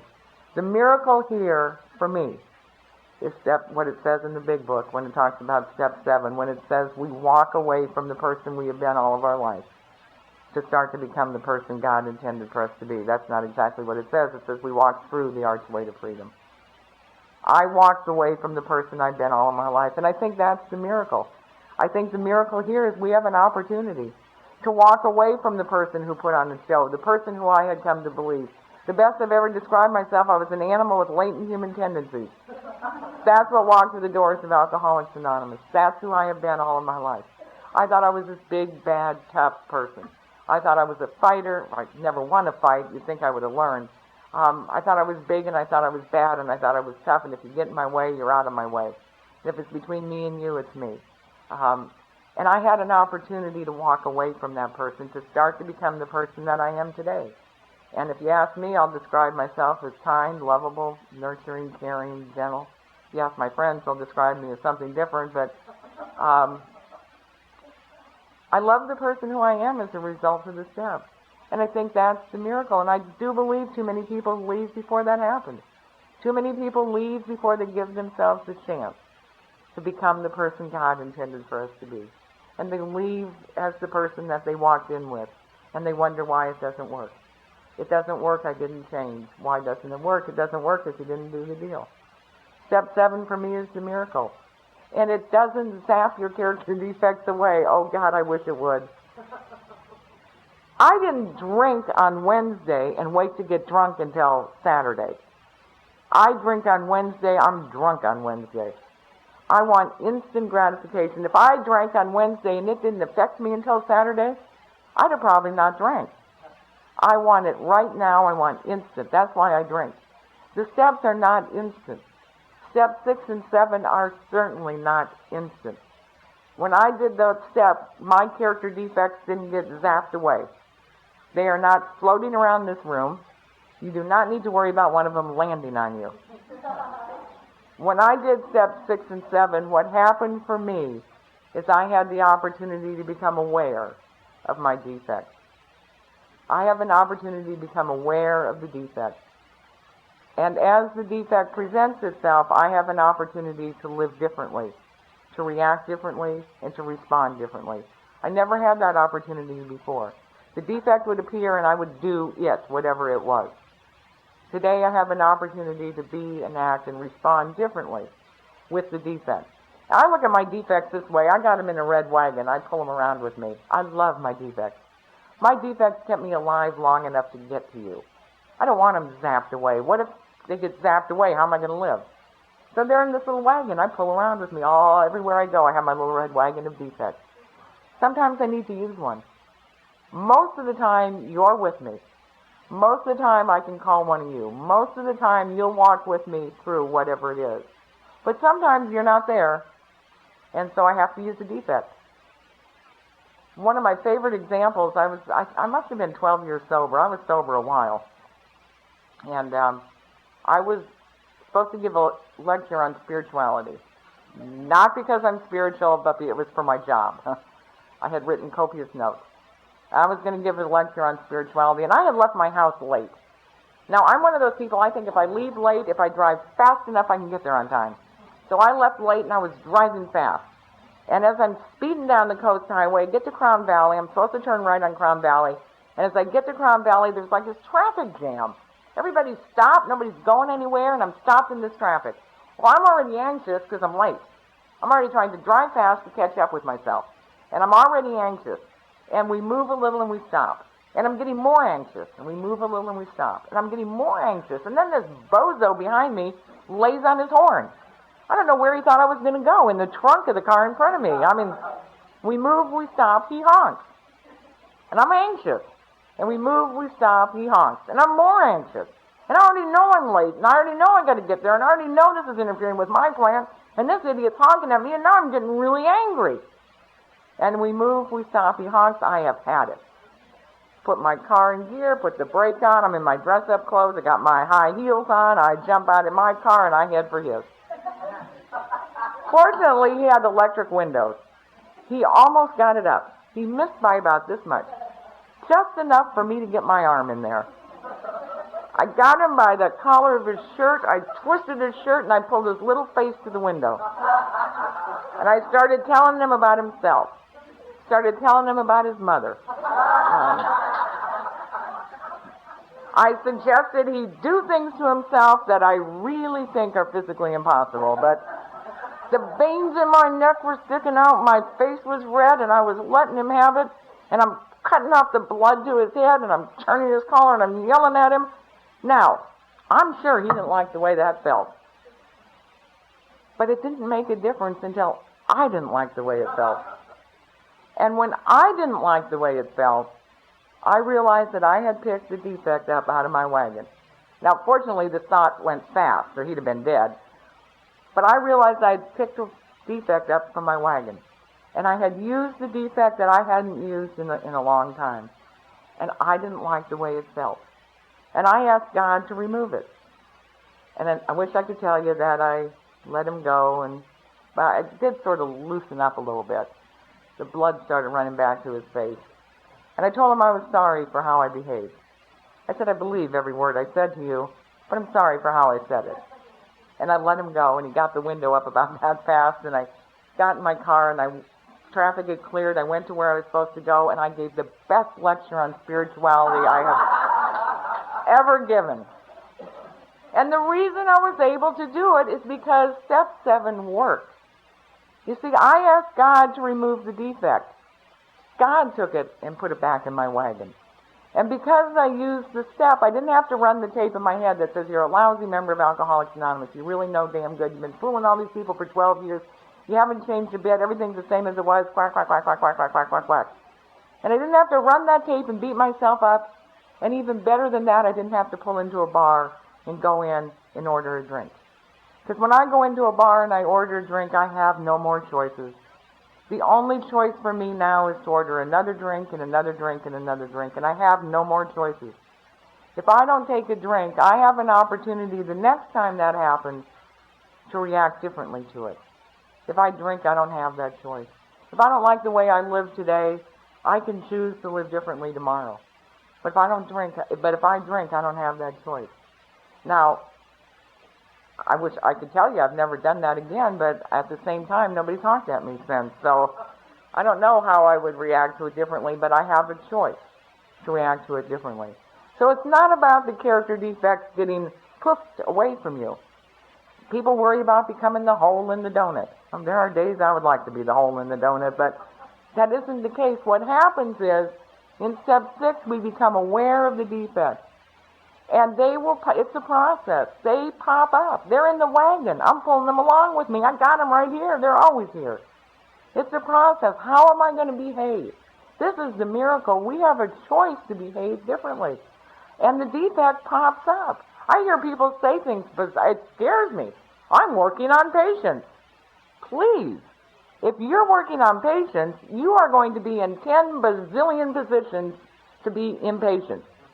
If you're working on empathy, you're going to be put in situations where you are so non-empathetic, is that a word? Unempathetic, without empathy. I pray God that I never choose to work on one of these areas in my life. As life unfolds, I have ample opportunities to practice patience and empathy and kindness. And I have countless opportunities during the day. I do not want to implore the universe to give me more opportunities to be impatient.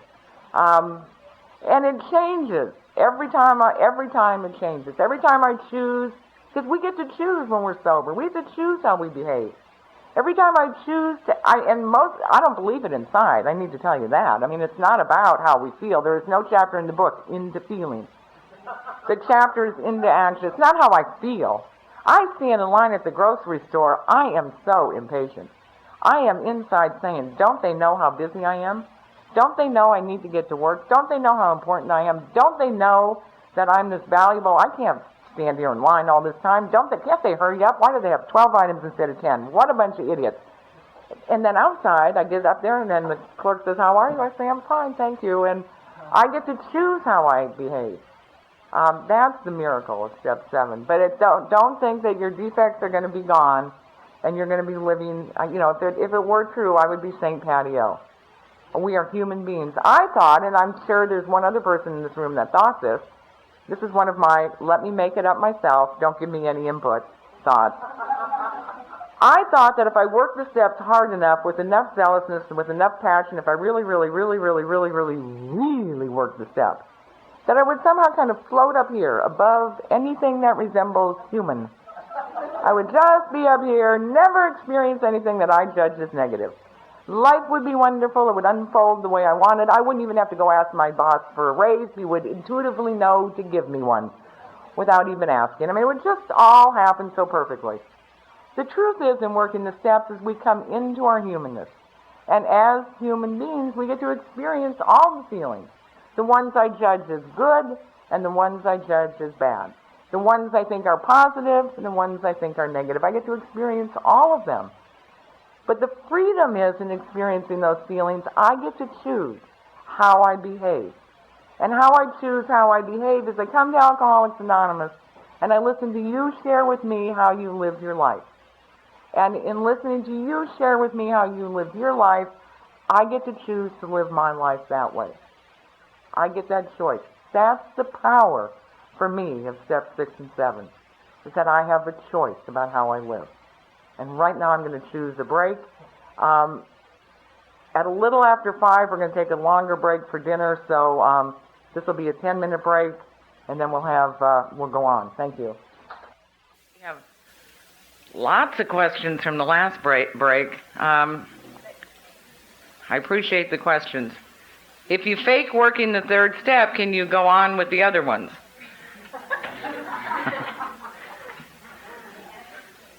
If this wasn't being taped, I have a really good answer for that, but go ahead anyway. Since it's on tape, I will not say what I want to say. The 3rd step, my experience again, and what I've already touched on a little bit, the 3rd step is just making a decision. You can fake making a decision. What you cannot fake is the action that you take after the decision. I can make a decision to, if the decision is chronic alcoholism or believe the people in AA are telling me the truth, I can tell my sponsor, I'm going to choose to believe the people in Alcoholics Anonymous are telling me the truth, and not believe it. And in fact, probably my experience was, I chose to believe the people in Alcoholics Anonymous were telling me the truth, and I didn't believe it. Because again, I'm the kind of person, I don't believe you. My history is that people lie to me. People let me down and people disappoint me. I don't trust people. I have no faith in people. I have the wall between me and you. I don't want people in my space. I don't want people in my life. I have a sponsor because this court program that I was involved in told me that I had to have one. I had to have a sponsor in Alcoholics Anonymous who had to document my progress in AA. So I would tell her whatever I needed to tell her to get her to document appropriately my progress in Alcoholics Anonymous. So I'm sure my experience was that I was lying to her when I told her I believed the people in Alcoholics Anonymous were telling me the truth. I then faked the decision that I made. The decision, again, is irrelevant. What was important is that was the action that I took after I made the decision. And my next right action was the 4th step. So if you don't believe that you're making a decision to believe the people in AA are telling you the truth, tell your sponsor you're making that decision anyway and go on with the next right action. I'm the type of person who doesn't mind telling people his shortcomings. Oh, I think this is the writer's shortcomings as opposed to the person you're talking to's shortcomings. Because I love to talk about myself. Hey, well, you're in the right place. I'm genuine and sincere. I really want to change, but I kind of get off talking about my defects. What's wrong with me? You have alcoholism. Can I change the way I change? Why would you want to? If you're changing, why would you want to change the way that you change? My experience is when I obsess on my defects, I take myself into a dark place. When my focus is only on defects, whenever I obsess about anything, I'm usually in trouble, but when I'm obsessing on my defects and talking nonstop about my defects, I talk myself into a dark place. The advantage of having a sponsor, who I'm sure you're talking to about your defects, the advantage of talking to other people in Alcoholics Anonymous about your defects is eventually we will intervene. Whoever you're talking to will intervene on your constant obsession with your defects and begin to gently direct you into looking at some more positive aspects of your life. If you're not hanging out with people who are doing that for you, I suggest you hang out with different people. I'm confused about something. Well, join the club. If being impatient is too superficial and easy to declare as a fault, how deep are you supposed to go to find out what's right to address? This is why we didn't have you ask questions from where you're sitting, because you would ask this question and I would have to go, what? What kinds of things are important enough to change instead of day-to-day things such as impatience? If you're an alcoholic and you've arrived in Alcoholics Anonymous and have chosen the 12 steps as the means by which you will recover from the seemingly hopeless state of body and mind known as alcoholism, the things that are important enough to change will be every area of your life. Every way that you think, behave, will be important to change. I'm guessing that the intent of this question is that I made some sort of jest about impatience. I was not making a jest about impatience. My point was, don't ask to have something specifically removed unless you are willing to be faced with its opposite. There is nothing wrong with not being impatient. I don't see impatience as superficial. I think how we react to our impatience is what is important. I think I will always be impatient, and I don't think I'm superficial. It's how I react to my impatience. Do you believe a sponsor is necessary in order to work the steps? If so, could you speak about how to choose one? Up until this point in my sobriety, which is now through the 7 steps, I had a sponsor, but my sponsor was by name only. I just told you why I chose a sponsor and why I had a sponsor. Up until this point in my sobriety, I did not have a sponsor for any motive that I see today as a good motive. My action, however, in having one was right. In order to work the steps, no, I don't think it's necessary to have a sponsor. I think it's necessary to talk to people in Alcoholics Anonymous. I think it's necessary to listen to other people share their experience, strength, and hope. If you want to make it easier, I think it's important to have a sponsor. And when I get a little further on in the steps, I will share with you when the shift happened for me, and the person who was my sponsor became an important person in my life. I think for a lot of people, a sponsor is the first person who we begin to trust, that we begin to open up to. That's not my experience, so I can't really, I could tell you I know that from watching other people, but it isn't my experience. How as a sponsor do I walk someone through the steps? Well, again, my experience, I didn't walk through the steps. I don't know how you walk through the steps. Maybe you take the big book and you read it and you take a little journey down the beach. I don't know how you walk through the steps. I think my job as a sponsor is to be an example of the 12 steps, to show other people that the 12 steps work, to share my experience, strength, and hope in working the 12 steps, to share with the people I sponsor how I work the step, or how I took the step, or how I apply the step to my life. I think that's the job as a sponsor. I don't know walking someone through the steps. Either they're going to want to do the steps, they're going to want to change, or they're not going to want to do the steps. And then what I do is I just tell them don't drink. And if they don't drink long enough, they get into the pain that I was in when I chose to work the steps. If they don't drink long enough, their back gets against the wall, the pain's so great it's do it or die, and they come to you as a sponsor and ask for your experience, strength, and hope in working the next step. Nobody could have taken me through the steps any faster than I was ready to look at the next one. I came with chronic alcoholism. I came guarded, I came defended, I came with a lot of defenses against you. I came not trusting people, I came not listening to you, I didn't believe what you were telling me was the truth. And if somebody had grabbed me and said, now we're going to walk through the steps, I would have, I don't know that I would have been here. We give it away based on our own experience. I work with the women I sponsor the way that I was sponsored. You all work with the people you sponsor the way that you were sponsored. I don't think I can do it any other way if I'm sharing my experience, strength, and hope. It's kind of the story about you can't lead a horse to water and make him drink, but you can lead him to water and make him awfully thirsty. And how I do that is by being an example of recovery in Alcoholics Anonymous.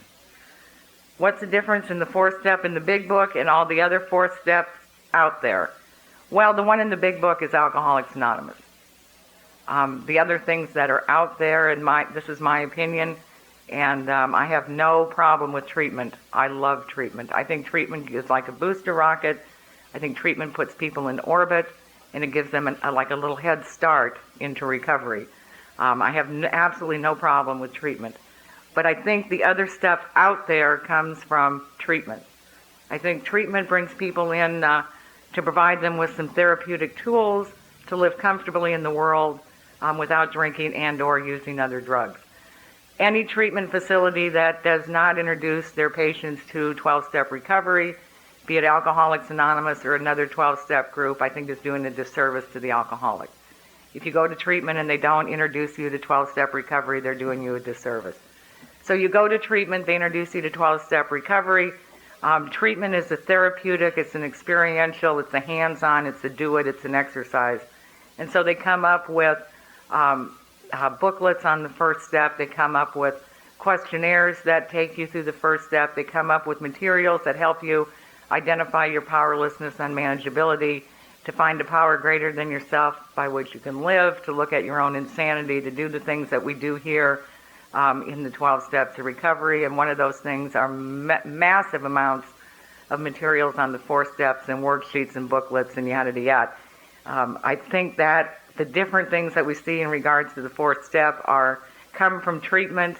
And I think one of the disservices is that treatment providers do not say to their patients, this is treatment, this is not Alcoholics Anonymous. When you go to Alcoholics Anonymous, the 12 steps are laid out in a simple format, and you will be asked, if you have a sponsor worth a grain of salt, to do the steps the way that they're written in the book Alcoholics Anonymous.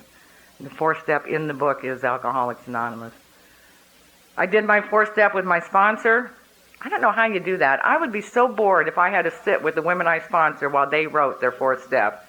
I mean, they would have to turn the TV on for me so I could have something to do while they were writing. But I do not trust my sponsor that much. Probably because he was watching TV while you were writing your 4th step. Should I do my 5th step with my sponsor that I do not trust, or should I get another sponsor before I do my 5th step? Or should I find somebody to do my 5th step with? What do I say to my sponsor? I think you should start out by saying to your sponsor, I don't trust you. I think if it's an honest program, that's where you should start. I don't trust you. What I hear in this question, and I hear the question asked a lot of different ways by a lot of different people, what I usually hear is, I am afraid. The book Alcoholics Anonymous talks about fear being the corroding thread. The fiber of our existence is shot through with it. that indicates that as alcoholics, we have more than just a little bit of fear. I am fear-based as an alcoholic. And in that fear, I will justify not doing the next right action. I will justify not doing the next right action based on my fear. And I believe it happens for a lot of people. We do a fourth step, and fear kicks in, and rather than do a fifth step with the person God puts in front of us, and that may or may not be your sponsor, rather than do a fifth step, we say, oh wait, I don't trust my sponsor. I need to find another sponsor. Well, that process could take weeks and months and years.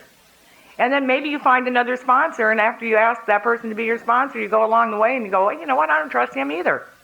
I'd best be finding another sponsor. And put this off until I find somebody else that I can trust. If you wait to find somebody that you can trust, I would be a very old woman. I did not trust this woman I did my fifth step with. I didn't trust her. I barely liked her. If I wait for somebody that I trust, I will not have done that step. So I think fear raises its head sometime and gives us reasons. And they sound good to us because there are reasons why we have to put off this step. I believe that what they told me was to feel a sense of urgency about doing it. And if I have a sense of urgency about doing it, then I will do it with the person God put in front of me, with whom I'm to share. And I walk one more time with another human being. I walk through that fear. Do you work step 9? Well, we're not there yet. We'll put that with meditation. Oh, look, a picture. Dylan, when you die, I am going to be very rich. I am keeping this picture to sell. How do you, quote, approach, handle, unquote, when a fellow AA, good friend, becomes, it either says lunatic AA, something AA, and stops going to meetings and isolates? Oh, anti-AA. That would be AAA.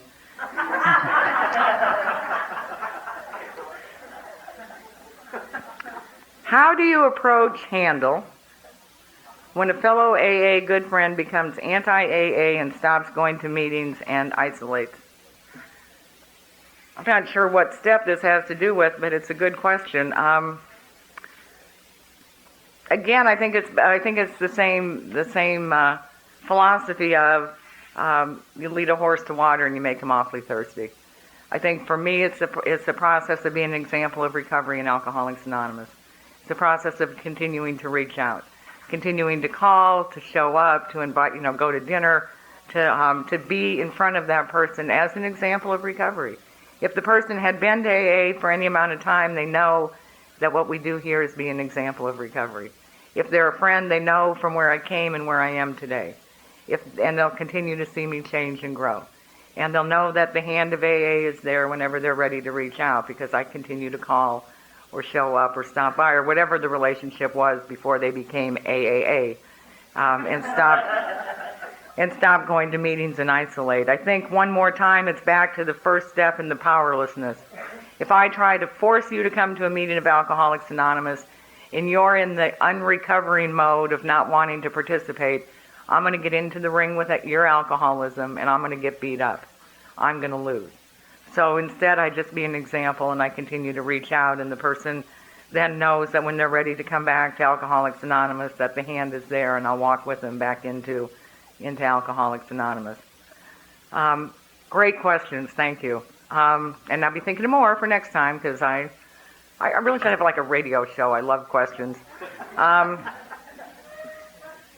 Steps 8 and 9 for me were conventional ways of getting rid of conventional guilt. Step 8 says make a list. The book says we have our list from our fourth step.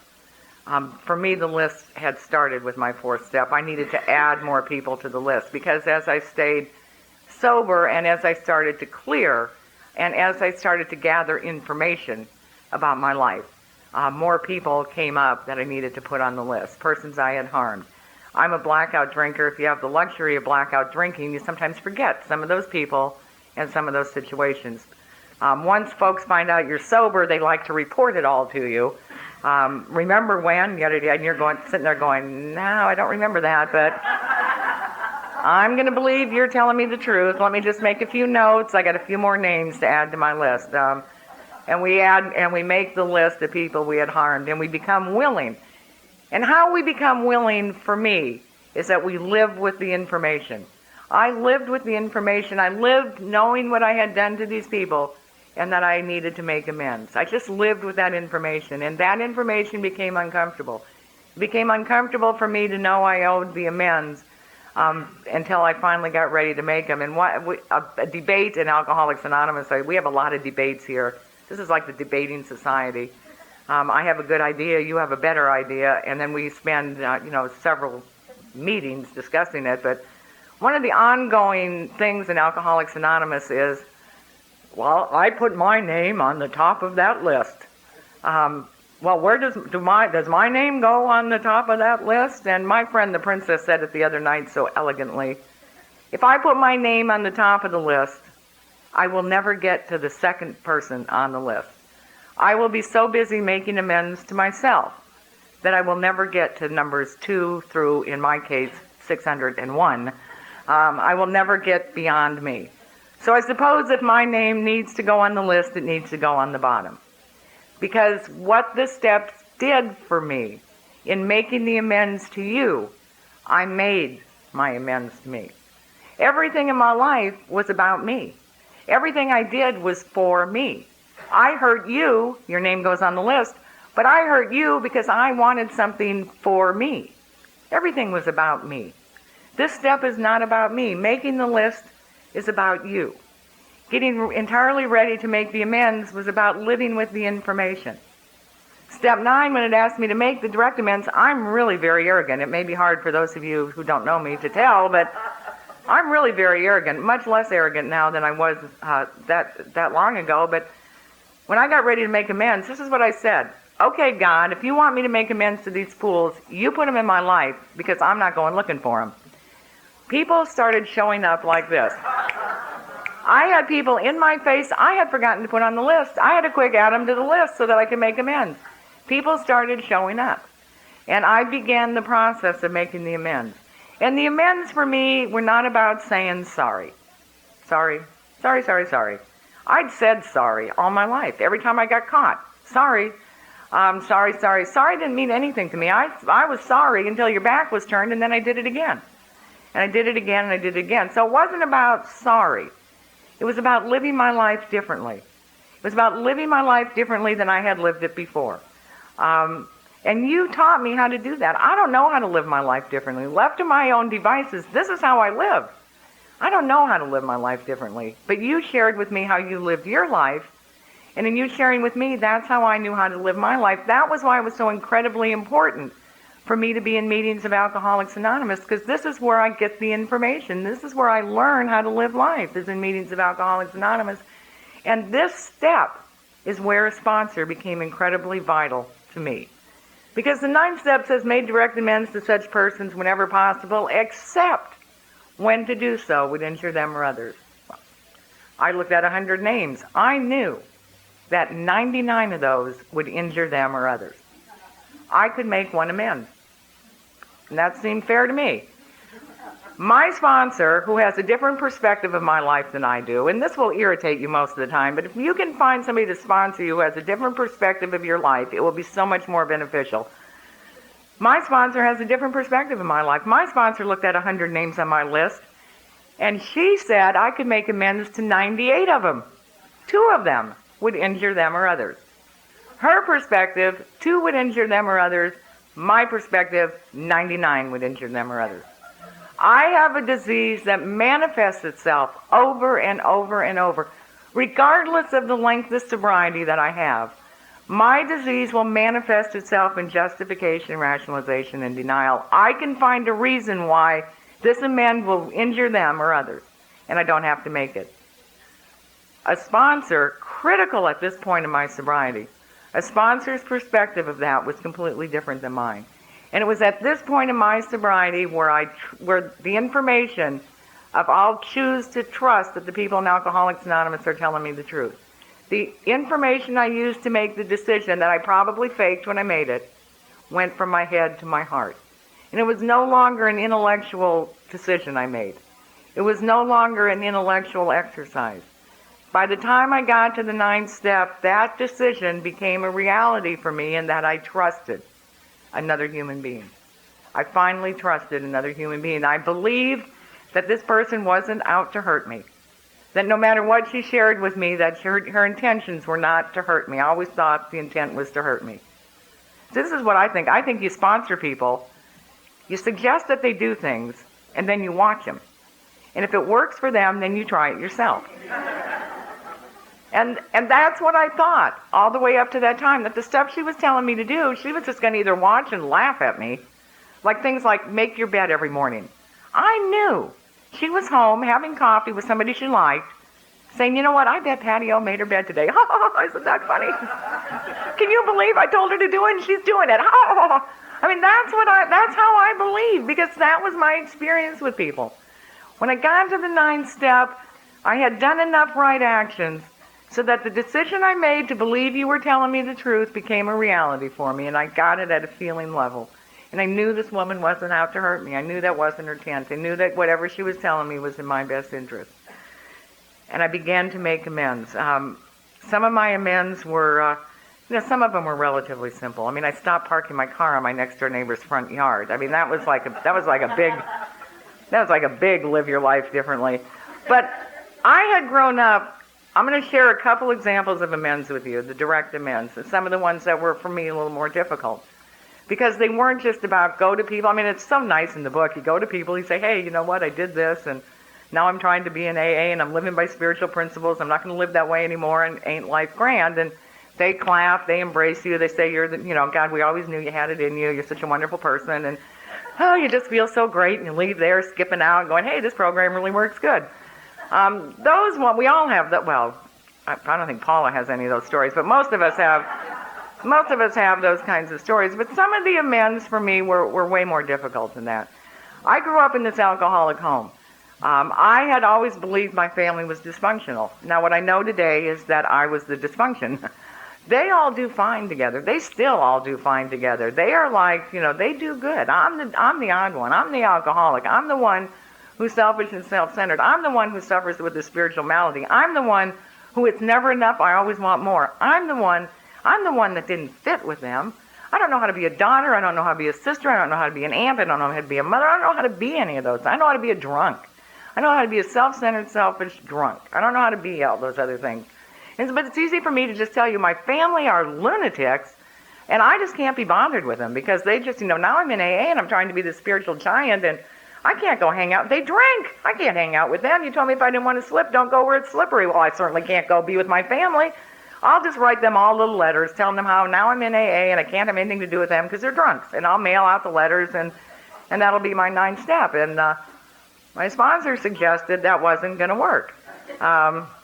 She suggested, and it was really a bizarre suggestion, she suggested that I go be a part of my family.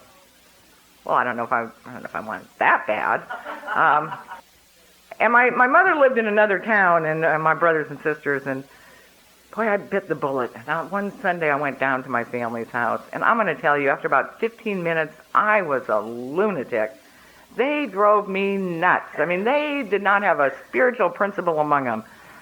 They just were, they were just chronic. I mean, you walked in the house, you felt the disease. I mean, it was so, 15 minutes. I mean, I'm out of here. I got to go. Save my dinner for next week. I'm going home. And this is a horrible mistake I've made. And I drive an hour home. And I call my sponsor. I said, geez, I did it. I did it. All is good. Amends are made. Life is wonderful. And she said, well, you're home awfully early. Well, geez, they were drinking. They're toxic. I picked up enough buzzwords in AA. And she said, no, you know what? You're not done yet. You need to go next Sunday. I'm thinking, oh, geez, 2 Sundays in a row. I mean, I got to have a life here. 2 Sundays in a row I'm going to have to go. And I'm thinking, I'm going to drive an hour. I'm going to spend 15 minutes. I'm going to drive an hour back. She said, no, you're going to stay longer than 15 minutes. Oh, God, how much longer can I stay? I mean, I'm not that, geez. I'll try 20 minutes. 20 minutes? What difference is 20 minutes going to make? And in the meantime, go to meetings of Alcoholics Anonymous and listen to people share. And listen to the people who talk about their mothers and their brothers listen to how they talk about being brothers and sisters and pay attention, and then try to be that way when you go. Eee, what an order. So I listen. I mean, I had to listen to people I don't even like. I mean, the people I turn you off. I watch your mouth move, but when I don't listen. I put a bubble over my head. I don't want any of your bad information coming into me. And I mean, even those people I had to listen to because I didn't know who was going to say anything about being a mother or a sister or a daughter. And that was a brutal week. It was brutal. And the next Sunday, I went back to my mother's armed with this information. I'd heard a couple things. Armed with this information, I go back to my mother's. Oh man, it was bad. I mean, I tried being a sister the way, Susie talked about being a sister, and my sister's not like doing her part. I feel like I need to write a script. Okay, here's the script. I'm going to say this. You're going to say that. It's all going to be good. I'm going to go home and report to my sponsor, and this is going to be over with. Because, I mean, I am not cheerful Hannah here either. I'm not going in with any good mood about the whole thing.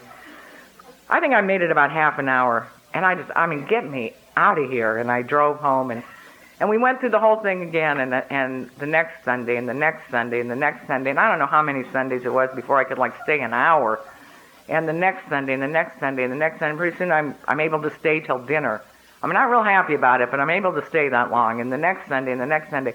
And I started doing the things that you shared with me, and some of them worked. They don't all work. I mean, they don't all work, but some of them worked. And we get this little something that worked. Like, say to my sister, how are you?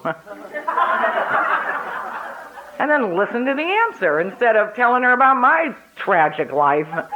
And then the worst one was, and oh my God, I remember this like it was yesterday. I asked my mother, do you want to go to the mall? I hate the mall.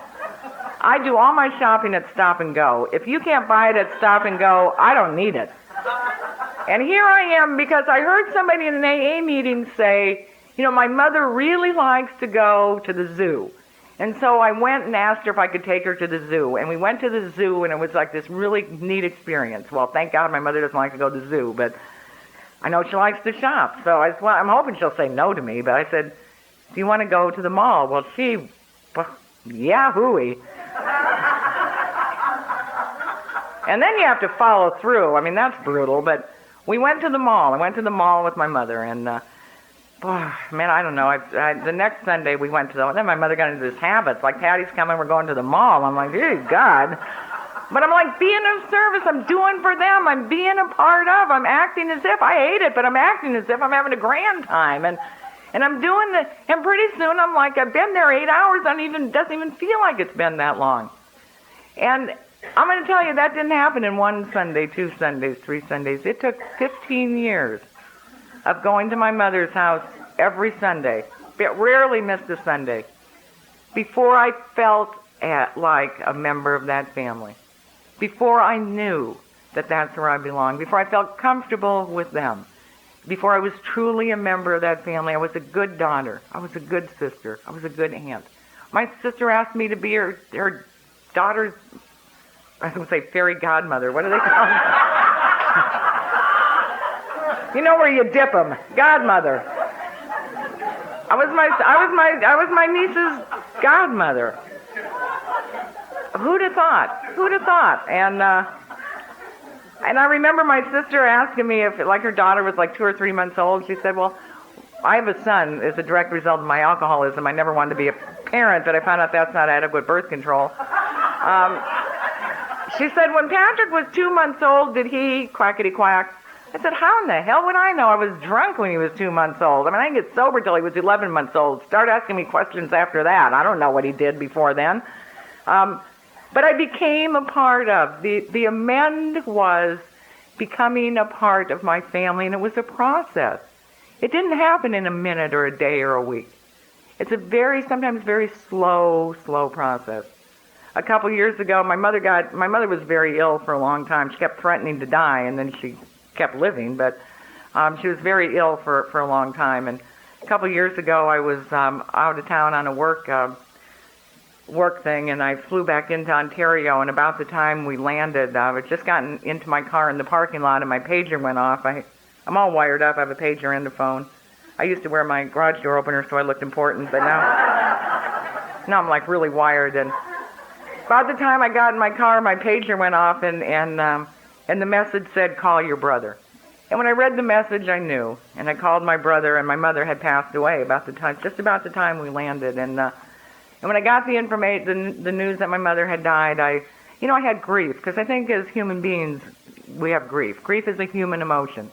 But I didn't have any of that horrible, oh my God, why did she have to die now? Why couldn't she have just waited one more day?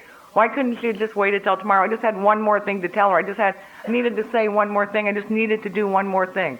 I didn't have any of that. Because you see, through the 9th step, I had gotten right with my mother. Through the 9th step, I had become the best daughter I have ever been. And as a result of making amends and living my life as a daughter differently, I was right with my mother. I was right with my mother, and that's the freedom I got from that step. I still have grief. Every once in a while, something happens, and I reach for the phone. I think I need to tell Jerry Buttafuoco this, and I remember she's dead. And I don't. So I still have. Sorry, that's a little joke. It's a bad joke. My mother was in an assisted living home, and she swore Joey Buttafuoco raped her. So anyway, bad joke, Mom. Sorry. But I got right with her because that's what the amend was about. The amend was not just saying, sorry I was never there, sorry I wasn't a good daughter, but I'm going to continue to live this way. The amend was about living my life differently, and the people in Alcoholics Anonymous taught me how to be a daughter. You taught me how to be a sister, you taught me how to be a mother. I am the best sister I have ever been. My brother's in a band, they call it Not a Band, and if you had heard them play, you would understand the name of that. But Not a Band is playing in I can't think of the name of the town, some little binky town outside of San Diego in a couple weeks, and my sisters asked me if I would go with them to listen to my brother play. And you see, that can't happen to a person like me. That doesn't happen to a chronic, hopeless, helpless alcoholic. They don't call you up and ask you to go anywhere, particularly to a bar. They don't call and invite you. I was part of my family's holiday. I've been part of my family's holidays because they call and ask me because they want me there. And they don't want me there just because I'm their sister. They want me there because they appreciate what you have done with me, because you have shared with me how to be a sister and how to be a daughter and how to be a mother. And that's what the amend is about. You make the amends by coming to Alcoholics Anonymous to get the information that I need in order to live my life differently. So have a good day if you want to. Thanks for listening. My sponsor had a real hard time with my unfinished business when we got to my 9th step. I'm a fast starter. I start really fast. I'm a good starter. Man, I got a plan, I got a work plan, I got an action plan. I start, zoom, 150 miles an hour. I'm a starter. I have a little difficulty finishing. I sort of lose interest and things sort of get left a little undone. One of the undoneness things in my life was my master's degree. I'd taken the classes, but my degree I had to take oral exams, and part of it was I ran out of enthusiasm. The other part was I had another drunk driving assault charge pending in San Diego. I had a roommate who was pissed at me. I had some real valid reasons for getting out of town, and so I left without finishing the degree. My sponsor thought I needed to finish it up. I don't want to finish it up. I have drank myself out of my profession of choice. The only thing I wanted to be since I was in the 4th grade was a writer. I had an opportunity to go into that profession. I gave it up for one more drink. I drank myself out of my profession of choice. To this day, I can't work in that field in Orange County. There is no way I'm going to go to work. Why do I need a master's degree? I don't want to do it. I'm going to have to take classes. I don't have time. My sponsor kept nagging at me about it. I think another tool of sponsorship is nag a lot. My sponsor kept nagging me about it, and just to shut her up, which is the only reason I do most anything, to shut her up, I said, all right, I'll get this stupid degree. I'll finish it. I don't want it. But if you just get off my back and I'll do it. So to shut her up, I called San Diego. I get some, bimbo on the phone. Never met this woman, but I know, bimbo. I want to tell her about my sponsor who's nagging at me, but I didn't go into all that. I just told her I needed to know what I needed to do to finish this degree. She put me on hold. They played horrible music on the hold button. She came back on and told me that her records indicated that I had a master's degree. And I said, no, you don't understand. I never finished it. And now I don't even want the thing, but now I'm obsessed with it. I am calling all over San Diego, trying to find the head of my master's committee. And I finally get a hold of this guy and explain my dilemma to him. He said, Patti, you have a master's degree. I said, well, Jack, I had to take 2-day oral exams. He said, you did. And I said, well, how was I? He said, well, you were brilliant. And I said, well, of course. And I hung up. And I called my sponsor and I told her about one more time she had humiliated me. One more time she had sent me out on an errand that didn't need to be done. And you see, I took those oral exams in a blackout.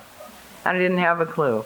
And so on my business card, I have M.A. written after my name, and I look at it. People I work for like letters after your name, so it impresses them, but I look at it and laugh. I mean, because I know, well, I don't know where it came from. I mean, there it is. But I did that. I started cleaning up my unfinished. I have friends who think I should call around. I may have a PhD somewhere, but I did that. I cleaned up all that unfinished business. I got right with people in my life. One of the biggest amends I had to make, I had two really big ones that I just really didn't want to do. One of the amends I needed to make could have put me back in jail for a very long time. I came to Alcoholics Anonymous to stay out of jail. That's the only reason I went to AA in the first place. And now I'm faced with an amend that, if made, could put me back in jail. I'm a single parent. I have my son. I'm self-supporting through my own contributions. God bless the people in Alcoholics Anonymous. People in AA pointed to the part in the book where it says if the amend will hurt somebody, if going to jail will, put somebody else in jeopardy or something like that, you don't need to do it. And they reminded me that I had my son and quack, quack, quack. And I appreciated all that input, but I'm the person who lives with my gut. I'm the person who lives with what's right here. I'm the person who knew what that unmade amend was doing to me. And I'm the person that had to make the decision that the amend had to be made. In the literature, it talks about Dr. Bob refused to make amends and he got drunk. I don't want to drink again. I don't want to get drunk again. I don't want to go back and live my life the way I was living it before I came to Alcoholics Anonymous. I need to make the amend because I know what the unmade amend feels like right here where I live. And I went to make that amend, and I don't know how it happened. It shouldn't have happened. It can't happen this way. But I went to make the amend, and I didn't have to do a single day. And that's absolutely impossible. It's not possible for it to have happened that way. There's a God who has a plan for me. My job is to not drink, show up, and do what I need to do for me. And let God take care of the rest of it, and I didn't have to do a single day. The other amend that was difficult for me was with my father. My father's a violent drunk.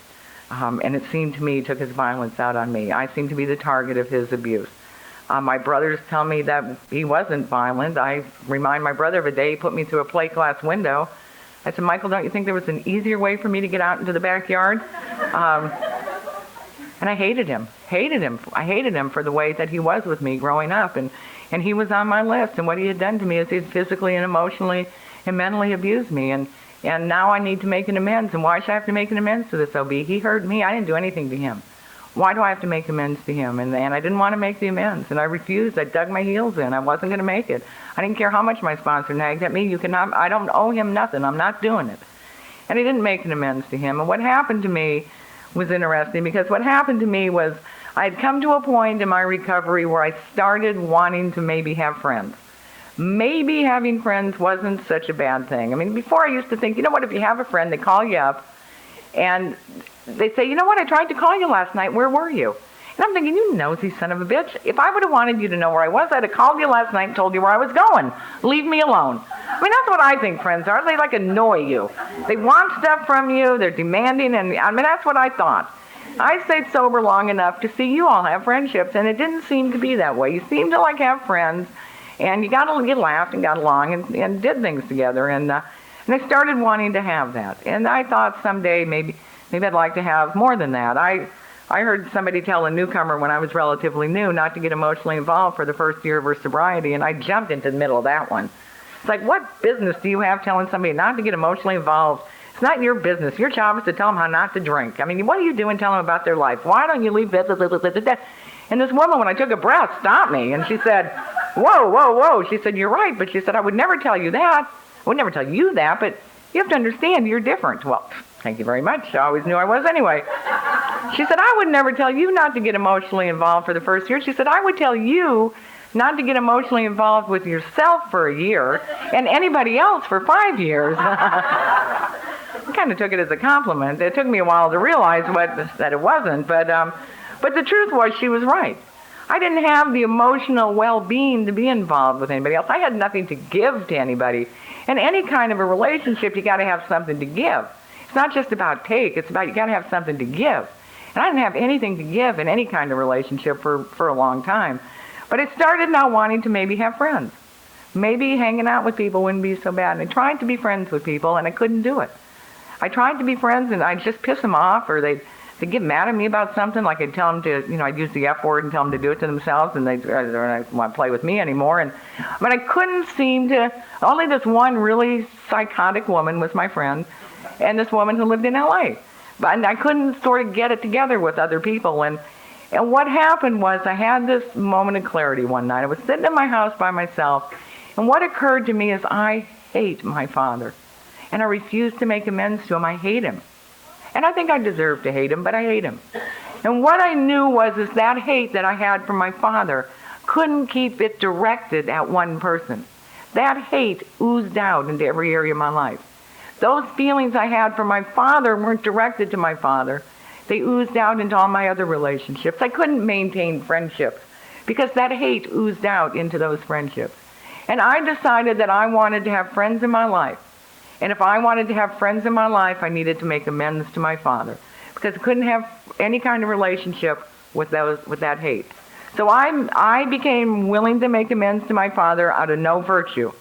It wasn't because I want a relationship with my father. It wasn't out of anything that we would think is a good reason. I became willing to make amends to my father because I wanted to have relationships with you. And I made the amends to my father on that pretense. And today I can tell you that I am the best daughter that my father has ever had. We are not friends. We don't hang out. I don't call him very often, but I send him a card on his birthday. I send him a card at Christmas, and every once in a while I call. And that's the best relationship we have ever had. And if it gets no better than that, I'm okay with it, because I have relationships with you. And my relationships with you are healthy as a result of making that amends. And I made the amends, as far as I know, this afternoon. I have made all of my amends. And in making my amends, I got right with you. In getting right with you, I got right with me. On the bottom of the list, my name, I'm right with me today. I'm okay with who Patti is. And in getting right with me, I got right with God. And I had never been right with God before. It had never been enough. It had never been the right kind. I'm a chronic malcontent. I can use a year's supply of anything in a week. It's never enough. It's never the right kind. In making the amends in the 9th step, and getting right with you, and getting right with me, and getting right with God, for the first time in my life, it's enough. And it's exactly the right kind. And as a result of that, I have an opportunity to live life beyond my wildest imagination. We're going to take a break. After the break, we're going to talk about what I consider for me today, 24 years sober, the fuel that keeps me fired in Alcoholics Anonymous. Should we take a dinner break now? Okay, yeah? 45 minutes? This man with the headphones, we were talking about this at the break. He's supposed to be at LAX bringing in planes, but he wanted to come listen to this today. So he's bringing in, he's telling them in LA, clear on runway 3. So I keep here to ask him the question. I realize he's bringing a plane in at LAX. He's not going to have an answer for me. Do you think we can have, in 45 minutes, go get something to eat and be back? Just stay back there. Okay, well, if you say 5:45, they'll be back by 6. Okay? Write me questions while you're gone. Thank you.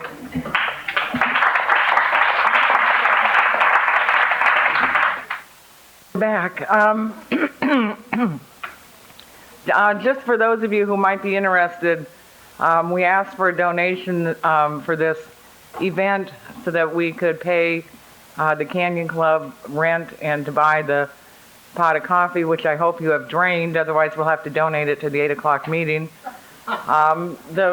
Any monies that we have left over after the expenses are paid, we're going to donate to Ashland. So this is not a money-making endeavor by anybody, and the money is either paying expenses or will be donated to Ashland. Questions from the last time. How do you work step 9 with your sponsors? with your something like parents, like with parents, where should they begin? Do you guide, with your sponsees, like with parents, where should they begin? Do you guide them one amend at a time? Well, parents indicates two, so I would think that you would guide them in general. Like I shared earlier, my amends were to my entire family, and I treated my family as a unit. I think whenever we give suggestions to people we sponsor, we should remember that we share in a general way, and we share our experience, strength, and hope. If parents are, for example, divorced and live in different places, and I don't have experience with divorced parents, I think I would want to refer the people I sponsor to somebody who has that experience. It's difficult to give away what you don't have. Do you believe? What's the 13th step? Well, we're only on 10, so we'll just hold that one a little bit. After I have gone through the steps, how do I something, and what do I do on a daily basis? Well, we are just getting ready to discuss that. This is kind of personal. Do you date older people? I changed that a little bit. I will date anybody. The index cards on your tables are for your name and phone number.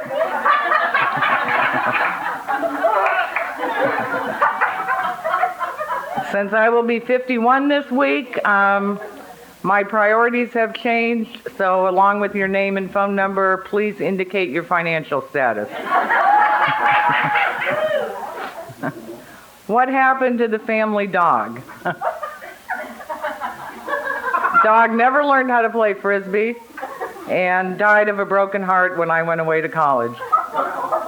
It was either a broken heart or DTs because she stopped getting her booze. Do you date younger people? Same answer applies as did with the older people. Age is not as important as money. Regarding the 9th step, I don't care about the promises. Should I still do the 9th step? In the book Alcoholics Anonymous, the promises that come in regards to working the 9th step, although we may get a taste of them earlier, I think God sort of hangs a carrot once in a while. We get a little taste of one of the promises and we think, oh, the promises are coming true in our life. The promises don't really start to have real meaning in my life till I'm doing the 9th step. I think it's just God's way of encouraging me to keep on with the process.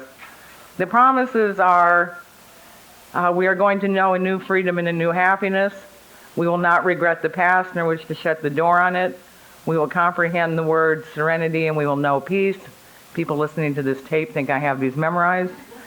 No matter how far down the scale we have gone, we will see how our experience can benefit others. That feeling of uselessness and self-pity will disappear. We will lose interest in selfish things and gain interest in our fellows. Self-seeking will slip away. Our whole attitude and outlook upon life will change. Fear of people and of economic insecurity will leave us. We will intuitively know how to handle situations which used to baffle us.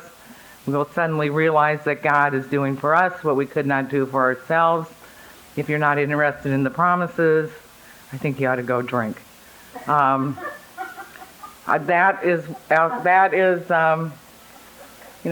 the end of, that's the deal. And if you're not interested in that, I don't know why you're here. I don't care about the promises. Should I still do the 9th step? All kidding aside, I think if you do the 9th step, you will become interested in the promises. Do you still feel fear about drinking? I don't want to be a practicing alcoholic, although I think practicing is really a bizarre word. I do it very well. I don't want to ever drink again. I don't ever want to live the way that I lived as a drinker. Yes, I have fear about drinking. It's a healthy fear. I hope I never lose the fear.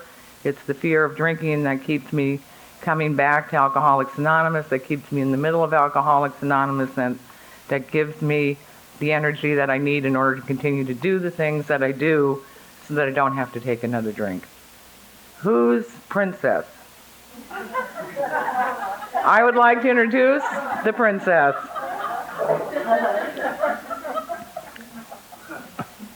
The best way to meet people in AA is ... Put out your hand and say hello. How much information is necessary, relevant, and pertinent to the 9th step? To share with the person to whom the amends is to be made.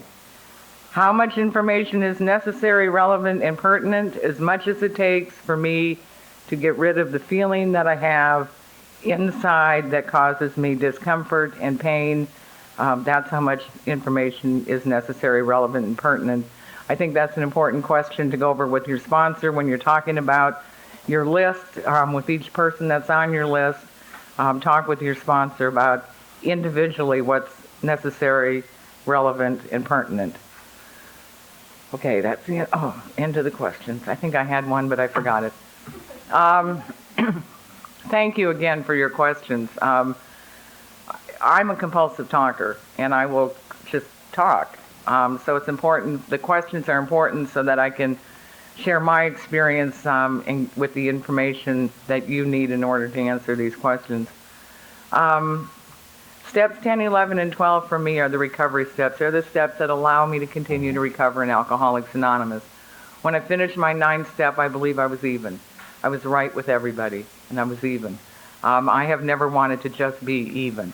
I want to continue to grow. If it's just about arriving at a place where I'm okay with you, that isn't enough for me now. By the time I got to that step, it was no longer enough. I want to continue to grow and change. I got excited about who I was becoming, and it's kind of like watching a little clip of a movie or the preview. It's like, whoa, I want to see the whole movie.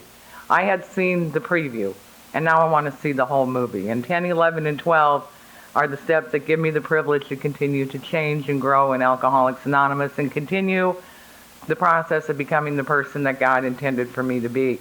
I had somebody ask me the other night how you deal with unresolved issues. I think life is one big unresolved issue.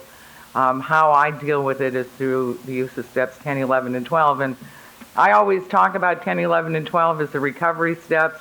And I talk about, for me, it's like going to the maid company. I go to the maid company, I walk in the maid company on the first floor, but I want to shop on the second floor. And I am truly a lazy person, so I always go to the escalator. And I always go to the escalator that's going down. And you can get from the first floor to the second floor on the down escalator, but you got to keep moving. And that's what 10, 11, and 12 are. They keep me moving up the down escalator. If I stop using them, I don't hit ground right away. But if I stop using them, I start going down. And if I don't start using them pretty soon, eventually I'm right back to where I was where I started. So they keep me moving up the down escalator. And 10 says the process is powerful. Keep using it. Keep writing about it, talking about it. Ask God to remove the defect, make amends if necessary, and then turn your attention to somebody you can help. What is it I can do for you? How can I be of service? I have only taken one 4th step. I have never redone a 4th step. I use step 10, the process of inventory taking, on a regular basis. I would like to tell you I do it on a daily basis, but I would be lying. I do at the end of my day, run through my day. I usually do it while I'm driving. Now that I have my phone, though, I talk while I'm driving. But I usually run through my day at the end of the day for me, because I want to know if I'm the best person that I could be today, or if there's something I would like to do differently tomorrow. And that's the process, the inventory process. And I keep using the inventory process to write about what it is that's going on in my life. And I share that with another person. And the other person who I share it with generally gives me some feedback, because I still, and I've used these words over and over and over, I still suffer from alcoholism. It's not alcoholism. I still suffer from alcoholism. I still have a disease that continues to manifest itself in justification, rationalization, and denial. I will still, and the longer I'm sober, the more buzzwords I pick up, I suppose, because I will still explain to you why I had to be this way, why I had to do it this way, why I did this thing the way I did it, and make myself look right. And I can make me look right and you look wrong, no matter what it is that I do, no matter what the interaction is. But when I share it with another person, their perspective of it is usually different. And they and if it's to the point where I need to share it with you, at some level I know that I have a part to play in it that isn't as healthy as it might be. And so you you share back with me what it is that I need to do to correct it. And if I've picked up one of those defects out of my wagon, and I haven't let it go yet, I can ask God to remove it and put it back in the wagon.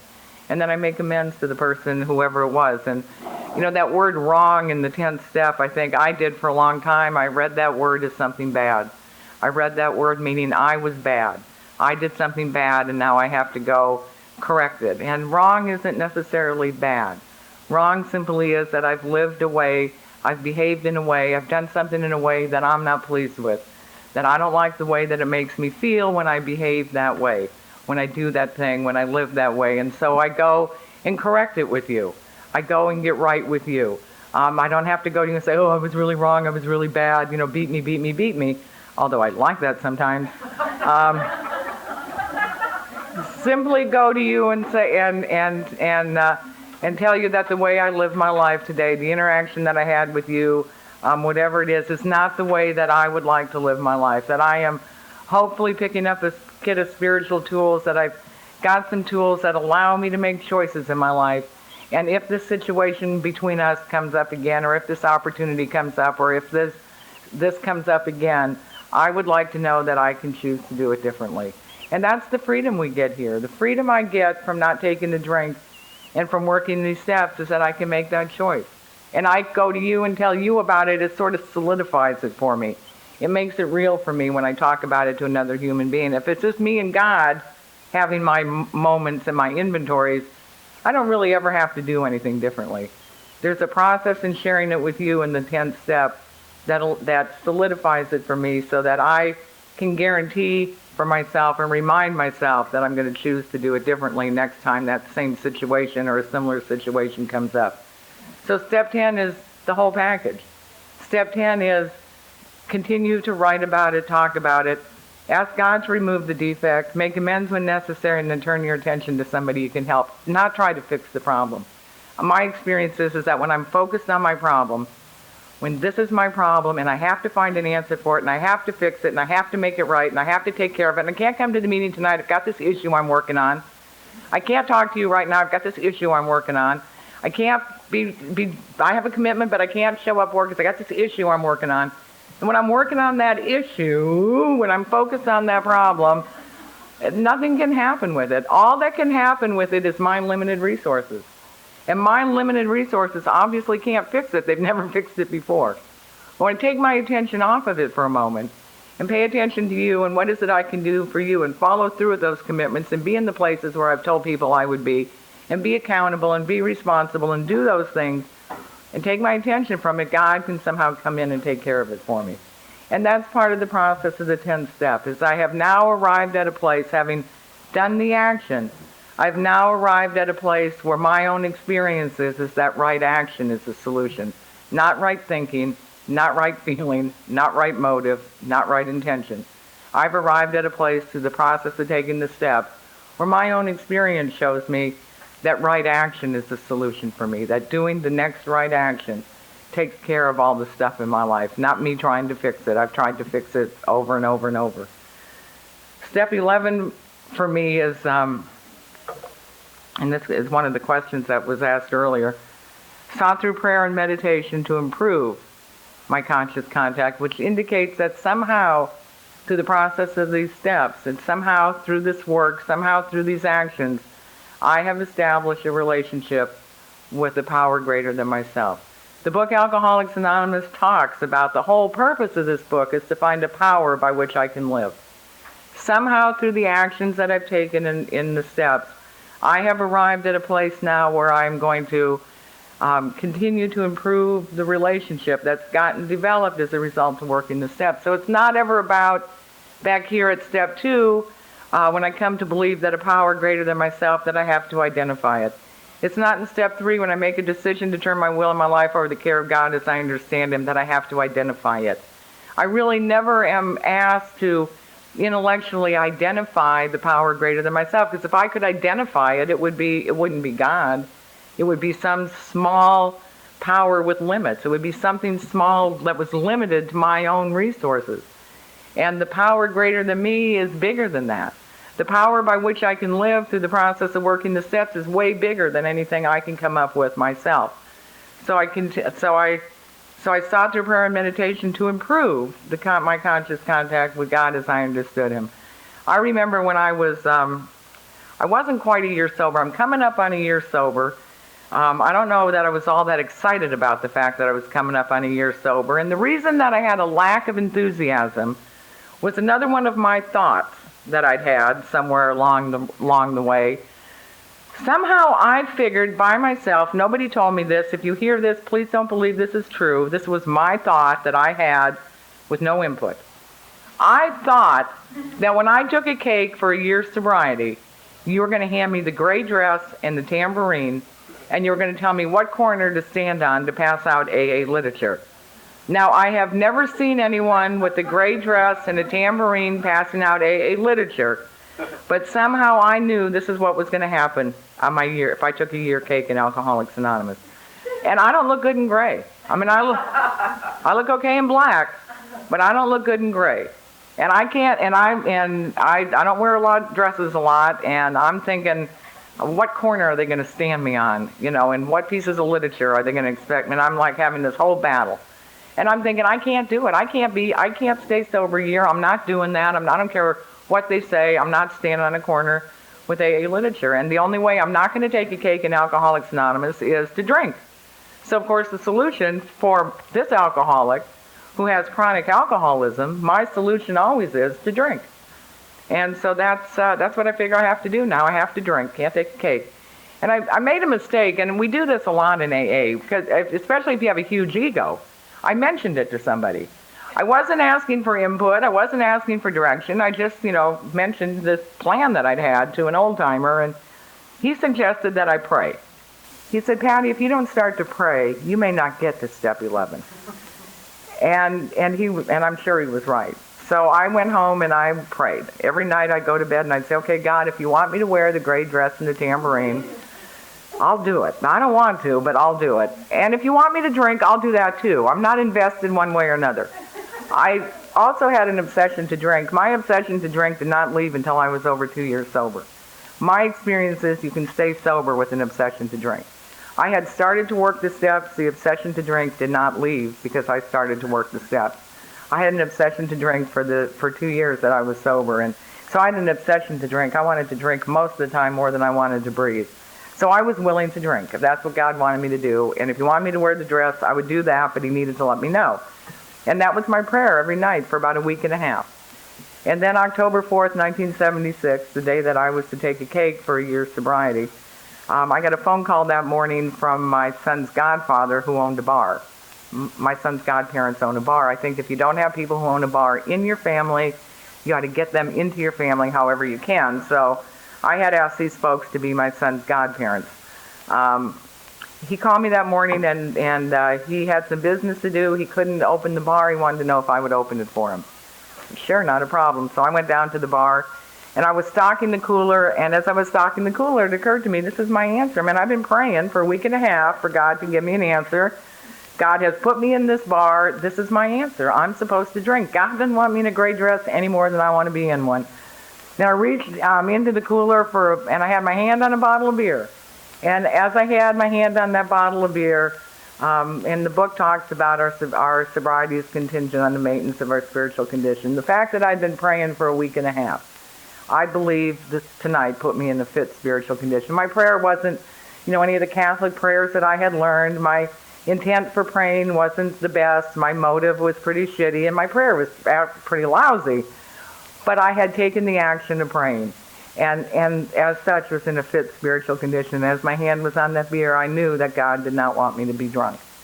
And so I put a note on the door of the bar saying, telling the guys they'd have to go drink somewhere else. Locked up the bar, and I went to my sponsor's house. I didn't tell her why I was there. I just sat there all day.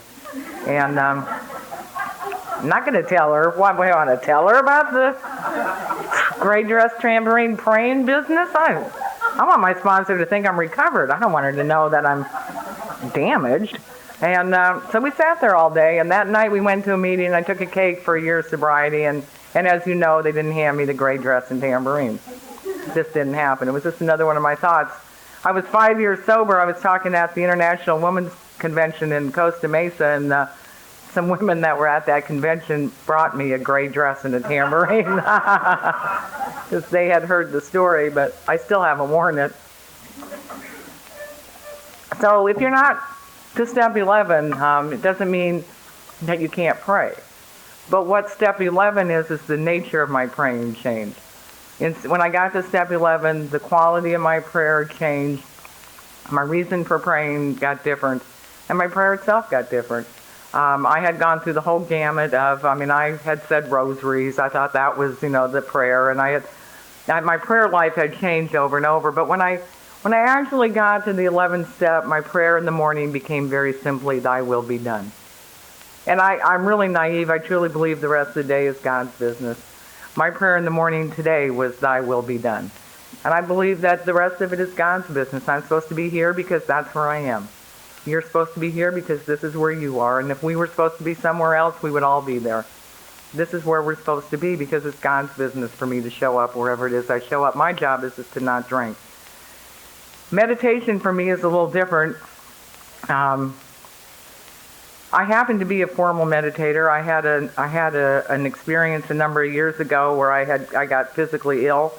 I don't like to go to the doctor because if you go to the doctor, they tell you you're sick. It's like you're fine until you go there, so I just prefer not to go anymore. But I had gone to a doctor and I had been diagnosed with a life-threatening illness. I was about 5 years sober, maybe.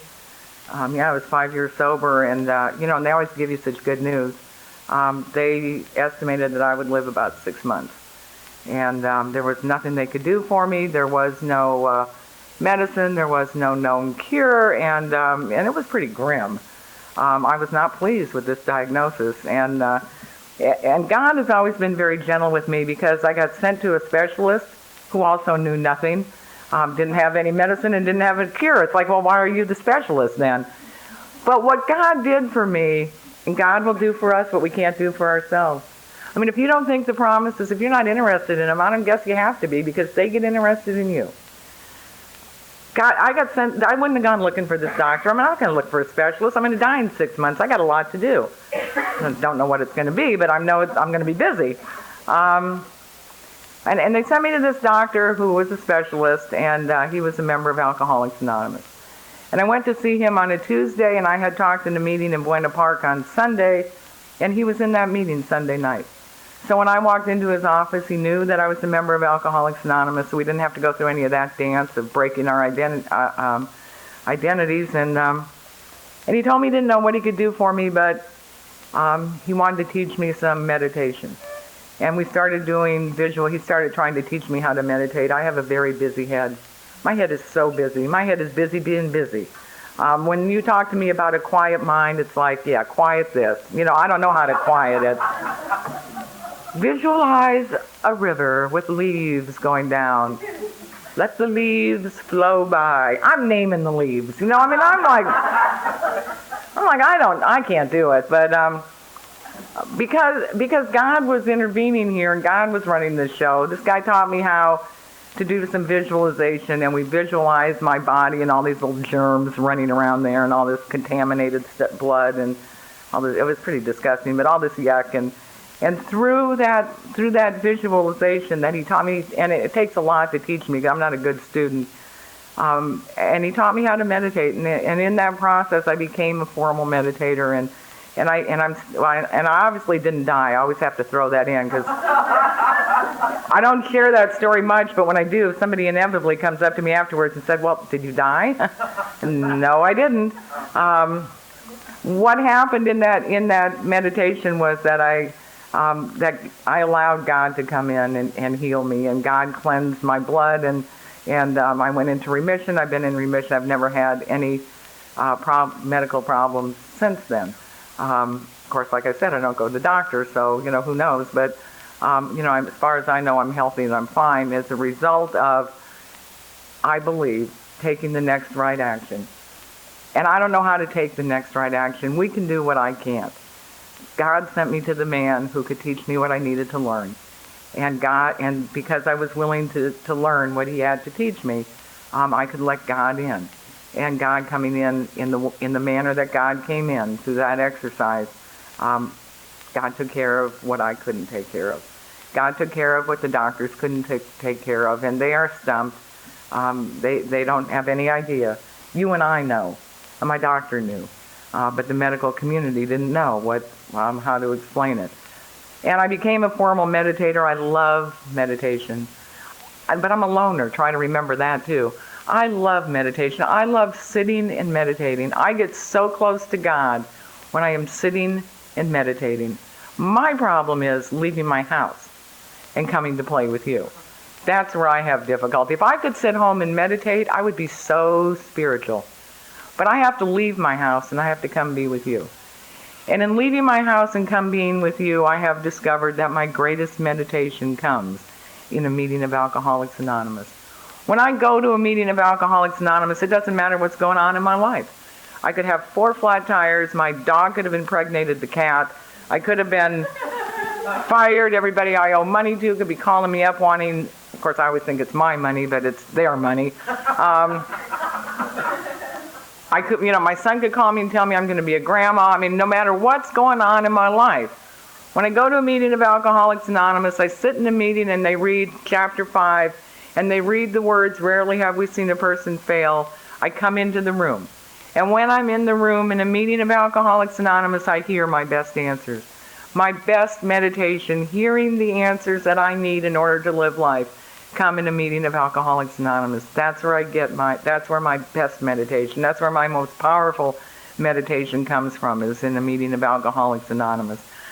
Meditation, deep thought, continued mental reflection, explain how this works for you. How it works for me is really, really good. Really, really good is how it works in a meeting of Alcoholics Anonymous. At home, when I'm doing a formal meditation, it's like the frosting on the cake, but the meat of it is in a meeting of Alcoholics Anonymous. Step 12 is the greatest gift I've ever been given. The opportunity to take a little of my past and give it to another human being. To take a little of the incomprehensible demoralization, a little of the despair, a little of the degradation, and look into the eyes of another alcoholic and say, "Honey, you don't have to live that way anymore. Take my hand, come with me, sit in the middle of Alcoholics Anonymous, and you don't have to live that way anymore, a day at a time." Having had a spiritual awakening. When I started out, I said that the 12 steps work for people who want to change their life, and they work for people who don't think their life needs to change. Having had a spiritual awakening for me means every area of my life is different than it was when I started the process. How I feel, how I think, my attitudes, my motives, my intentions, even how I look. Everything is different. Well, how I look as we get so much older while we're going through the process. Everything in my area, everything in my life is different than it was when I started the process. And that's the spiritual experience for me. And the spiritual experience, how it gets different, how it changes, is that spiritual void gets filled up. Through the process of working the steps, the spiritual void gets filled. And I have a spiritual awakening, and every area of my life is different than it was the day I walked through the doors of Alcoholics Anonymous. And that's what we get from working the steps. What do we get? What's the prize? The result, the one, single, the only thing you're getting, is that every area of your life is going to be different than it was when you started the process. Areas that you knew needed to change will change, and areas that you don't even think need to change will change, and areas you're not even aware about will change as a result of taking the action of the step. We tried to carry the message to other alcoholics. That's what we do when we share with one another. We try to carry the message. We're not always successful. If everybody that we tried to carry the message to stayed in Alcoholics Anonymous, we would need a meeting room on every corner. There wouldn't be room for all of us. There's not room for everybody who needs Alcoholics Anonymous. There's certainly not room for everybody that we try to carry the message to. But in trying to carry the message, I hear the message. And it works the same way as the justification. In trying to carry the message and sharing the message of Alcoholics Anonymous, I hear it, and as I hear it, I believe it. And so it goes out and it comes back, and I hear it. Somebody asked me once why we sponsor people. I think we sponsor people so that we can tell them our experience, so that when we need to hear it, they can tell it back to us. We say it so we can hear it. I've done everything wrong in Alcoholics Anonymous. When it says we practice these principles in all our affairs, when I was new, I had no willingness. People kept trying to get me to be willing. And they kept trying to get me to be grateful. I mean, have you ever had somebody trying to get you to be grateful? It's like the most difficult thing in the world. You say, well, aren't you grateful that you have 2 arms? Well, no, I'm supposed to have 2 arms. Aren't you grateful that you have a job? Well, not really. I sat through the interview. Aren't you grateful that you have a car? Well, no, I make the car payment. I mean, I have a really hard time being grateful or being willing. And I'm the kind of person, I dig a rut, I live in it, then I decorate it. I mean, I'm happy here. I'm not willing to change anything. It just takes a lot. You got to put a piece of dynamite under me sometimes to get me willing. I mean, I hold on to things. I got claw marks by the time I let go of them. I'm not willing, I'm not grateful. How I even started that process in Alcoholics Anonymous had to do with the 12 steps. I heard it read, practice these principles in all our affairs. I was so excited. It was like I hadn't had an affair in so long. It's like, I'm ready to have an affair. I will practice these principles. Bring on the affairs. I'm practicing principles. Now, of course, when I'm new, I don't have a clue what the principles are, but I'm willing to practice them. I want the affair. And that was sort of the beginning of my willingness. What I came to know as I continued to recover is that practicing the principles of honesty, open-mindedness, and willingness in all my affairs meant in all my affairs. It meant with my family, at work, with you, in every area of my life that I had to practice those things. Well, thank God I didn't know that in the beginning. I don't think I'd have stayed. And I've done everything wrong. I mean, practice means you don't have to get it right. How grateful I am for that. Practice these principles. Doesn't mean you have to be perfect. Doesn't mean you have to get them right. All it means is you have to make an effort towards a goal. Practice these principles. I remember one time I was at my mother's during the early part of my amends process, where about 20 minutes was all I could do. And I went to meetings at my mother's house, because if you visited my mother, you would need to go to meetings too. And I would go to meetings when I was there, when I could stay long enough to go to a meeting. And so I knew some people in the town that my mother lived in. And one Sunday I was at my mother's house, and I got a phone call from a woman in Alcoholics Anonymous in that town. And she had gotten a 12-step call, and she had called everybody she knew. And nobody wanted to, was willing to, or could go on the 12-step call. And it was a woman who'd been in and out of AA a lot. In and out, in and out, in and out. Didn't stay sober. In, out. Didn't stay sober. In. I mean, a lot. And we say the door swings both ways, and it does. You're always welcome back in Alcoholics Anonymous. But sometimes the people in AA, it's like our fear kicks in. Our fear of the disease takes over. And it's like, I don't want to play with you anymore. I mean, you're in and out, you're in and out. I just don't want to do it anymore with you. And that has to do with fear for me. And so people didn't want to go on the 12-step call. Everybody in town had 12-stepped her. And given what they believed was their best, and she was still not able to stay here. So I happened to be at my mother's, and she called, and I'm like, hey, I'll go. I just want to get out of my mother's house. Doesn't matter what your motive is. It matters that the action is right. And so I went on the 12-step call, and we went to this woman's house. And I'm going to tell you what, if money could keep you sober, this woman would never have had a problem. I know it took a quarter of a tank of gas just to get up her driveway. I mean, it was this big piece of property, this huge house. We get up to the house, and there's a big oak door, which I know are very expensive. I mean, I'm clicking it off here. I'm adding up the money. And the door sort of cracked open, so we didn't knock. We just went in.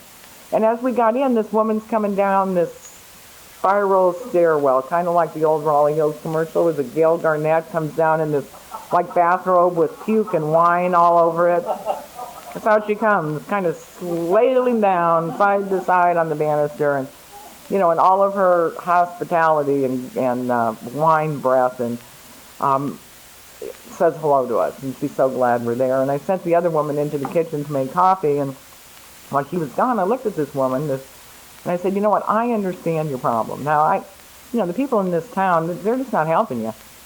The reason that you are unable to stay sober is they won't tell you the secret to Alcoholics Anonymous. Now, I can't just tell you the secret, because I live in another town, and it's against AA rules for me just to tell you the secret. I mean, if I lived in this town, I could, but since I live in another town, I can't just tell it to you, but for $100, This woman pulled $100 out of the pocket of that wine-soaked, puked-on gown. I should have asked for more. I mean, she just pulled it out like quick and handed it to me. I put it in my pocket, and I looked her in the eye, and I told her the secret to Alcoholics Anonymous is, if you don't drink, you won't get drunk.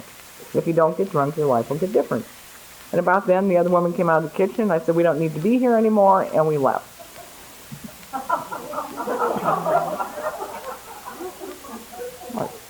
When that woman took a cake for 1 year of sobriety, I gave her back her $100. Well, I didn't give her back her $100, but I gave her back $100. And never during that time did she ever tell anybody I charged her for that 12-step call.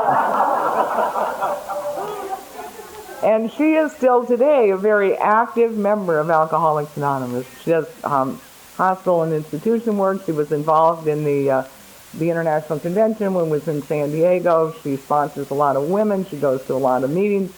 She does a lot of 12-step calls, and she's a very active member of Alcoholics Anonymous. And I tell you that story because I don't think it matters what we say to one another. I think what matters is that we talk to one another. I don't think it matters what words we use. I don't think it matters how we present it. I think what matters is that we talk to one another. Because when I'm talking to you, the God in me is connecting with the God in you. And when I'm talking to you, when I'm listening to you, the God in me is listening to what the God in you has to say. And I truly believe that we're all here for one reason, and that's to carry the message to the alcoholic who still suffers. And that's what the 12-step asked me to do. I don't necessarily think we should charge everybody for a 12-step call, but that was my experience. That I suppose wasn't practicing the principles in all my affairs. I'm very judgmental. I love gossip. I love gossip. I don't hear enough of it. I really wish I would hear more.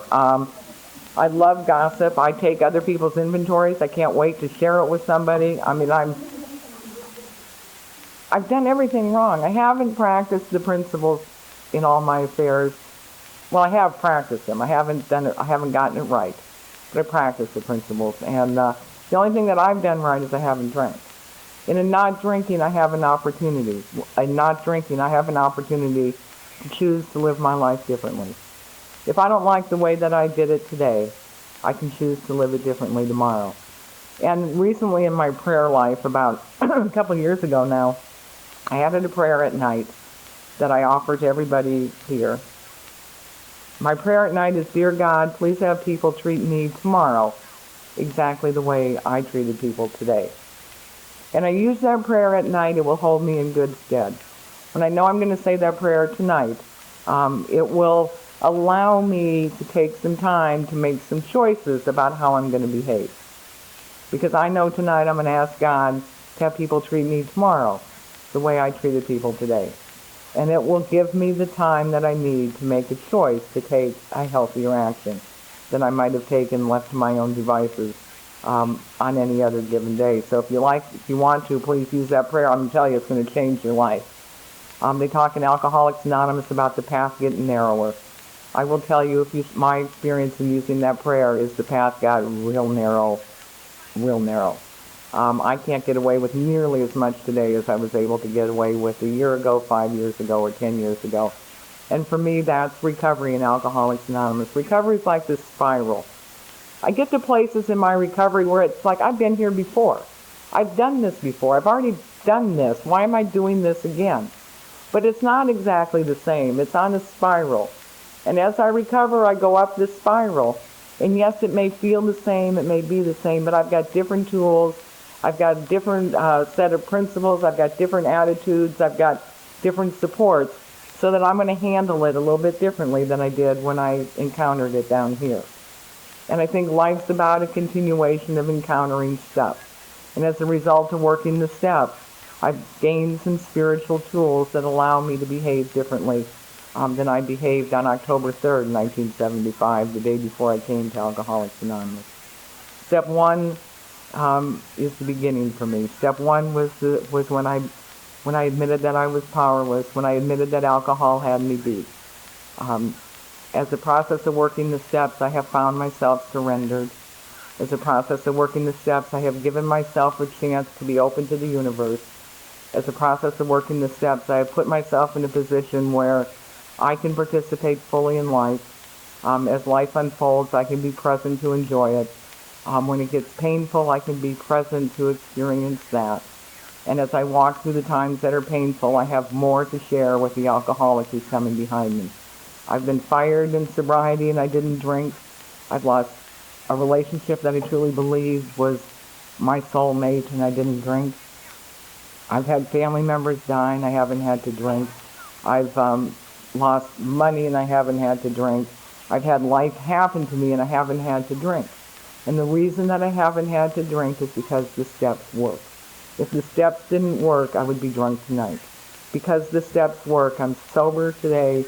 I have an opportunity to participate 100% of my life, and I have an opportunity to enjoy the lives of people who have chosen to allow me to participate in their lives with them. And I hope that all of you have that experience. I hope that you have a sense of urgency to continue the journey of the 12 steps. I hope you have a passion for your life that will allow you to use steps 10, 11, and 12 in order to continue the journey. I hope that you have a self-esteem and a self-worth and a spiritual fullness that allows you the privilege of sharing a little bit of this way of life with another alcoholic. Thank you.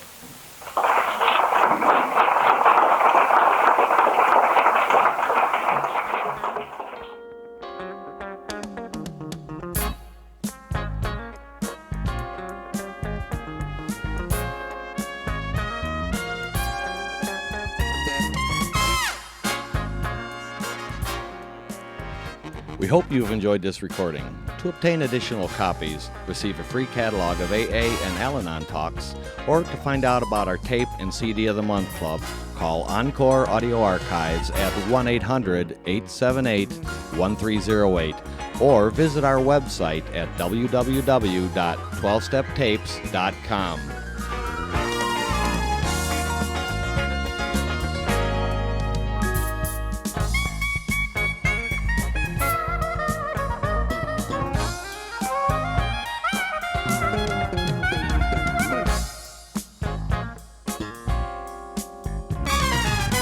I think we got a great talk going on here. Thanks for watching the channel. Taper Dave here.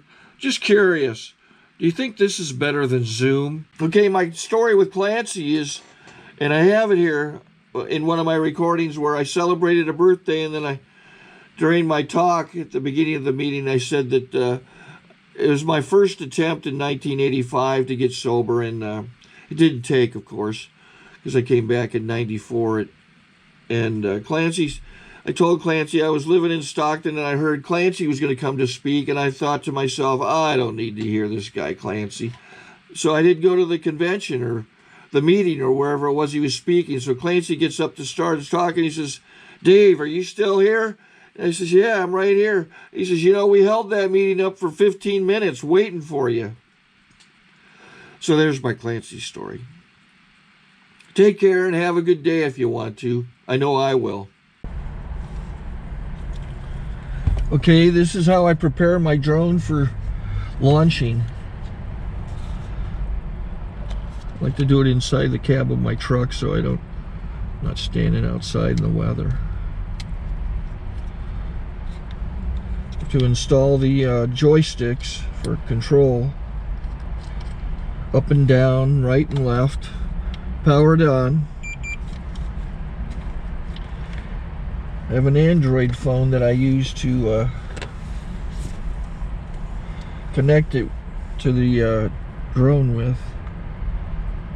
And it's actually controlled through the iPhone, through an app. Oops, wrong way. It's actually controlled through the iPhone, or through this Android phone, through the app. It's actually controlled through the Android phone, through an app, and you connect it through this short connection right here.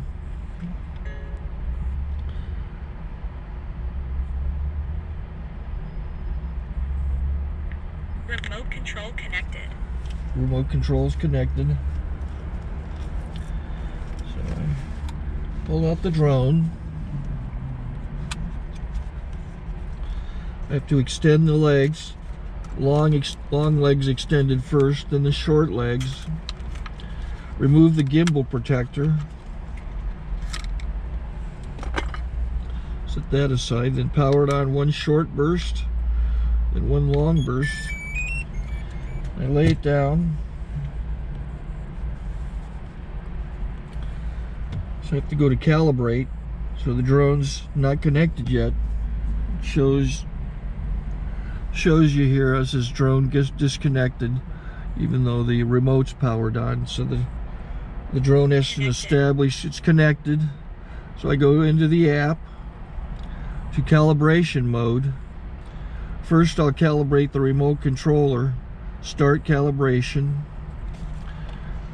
Out, in, oop, out, in, up, down, and then this little wheel is to control the gimbal. So it's calibrated. Go to gimbal calibration, start calibration, and then it calibrates the gimbal. I don't know if that shows up. The gimbal's moving all over the place. Changes, you can see it on the video. And I'm calibrated to take off. It's acquired 7 satellites at the moment. There are 26 satellites up in the sky, which it has to acquire before you can take off. So it's connected. It's got enough satellites. This is white. I can go to press this little arrow button, swipe right to take off, and it would start the motors if I slid this to the right. But I'll wait till I get outside. Don't want to do it inside.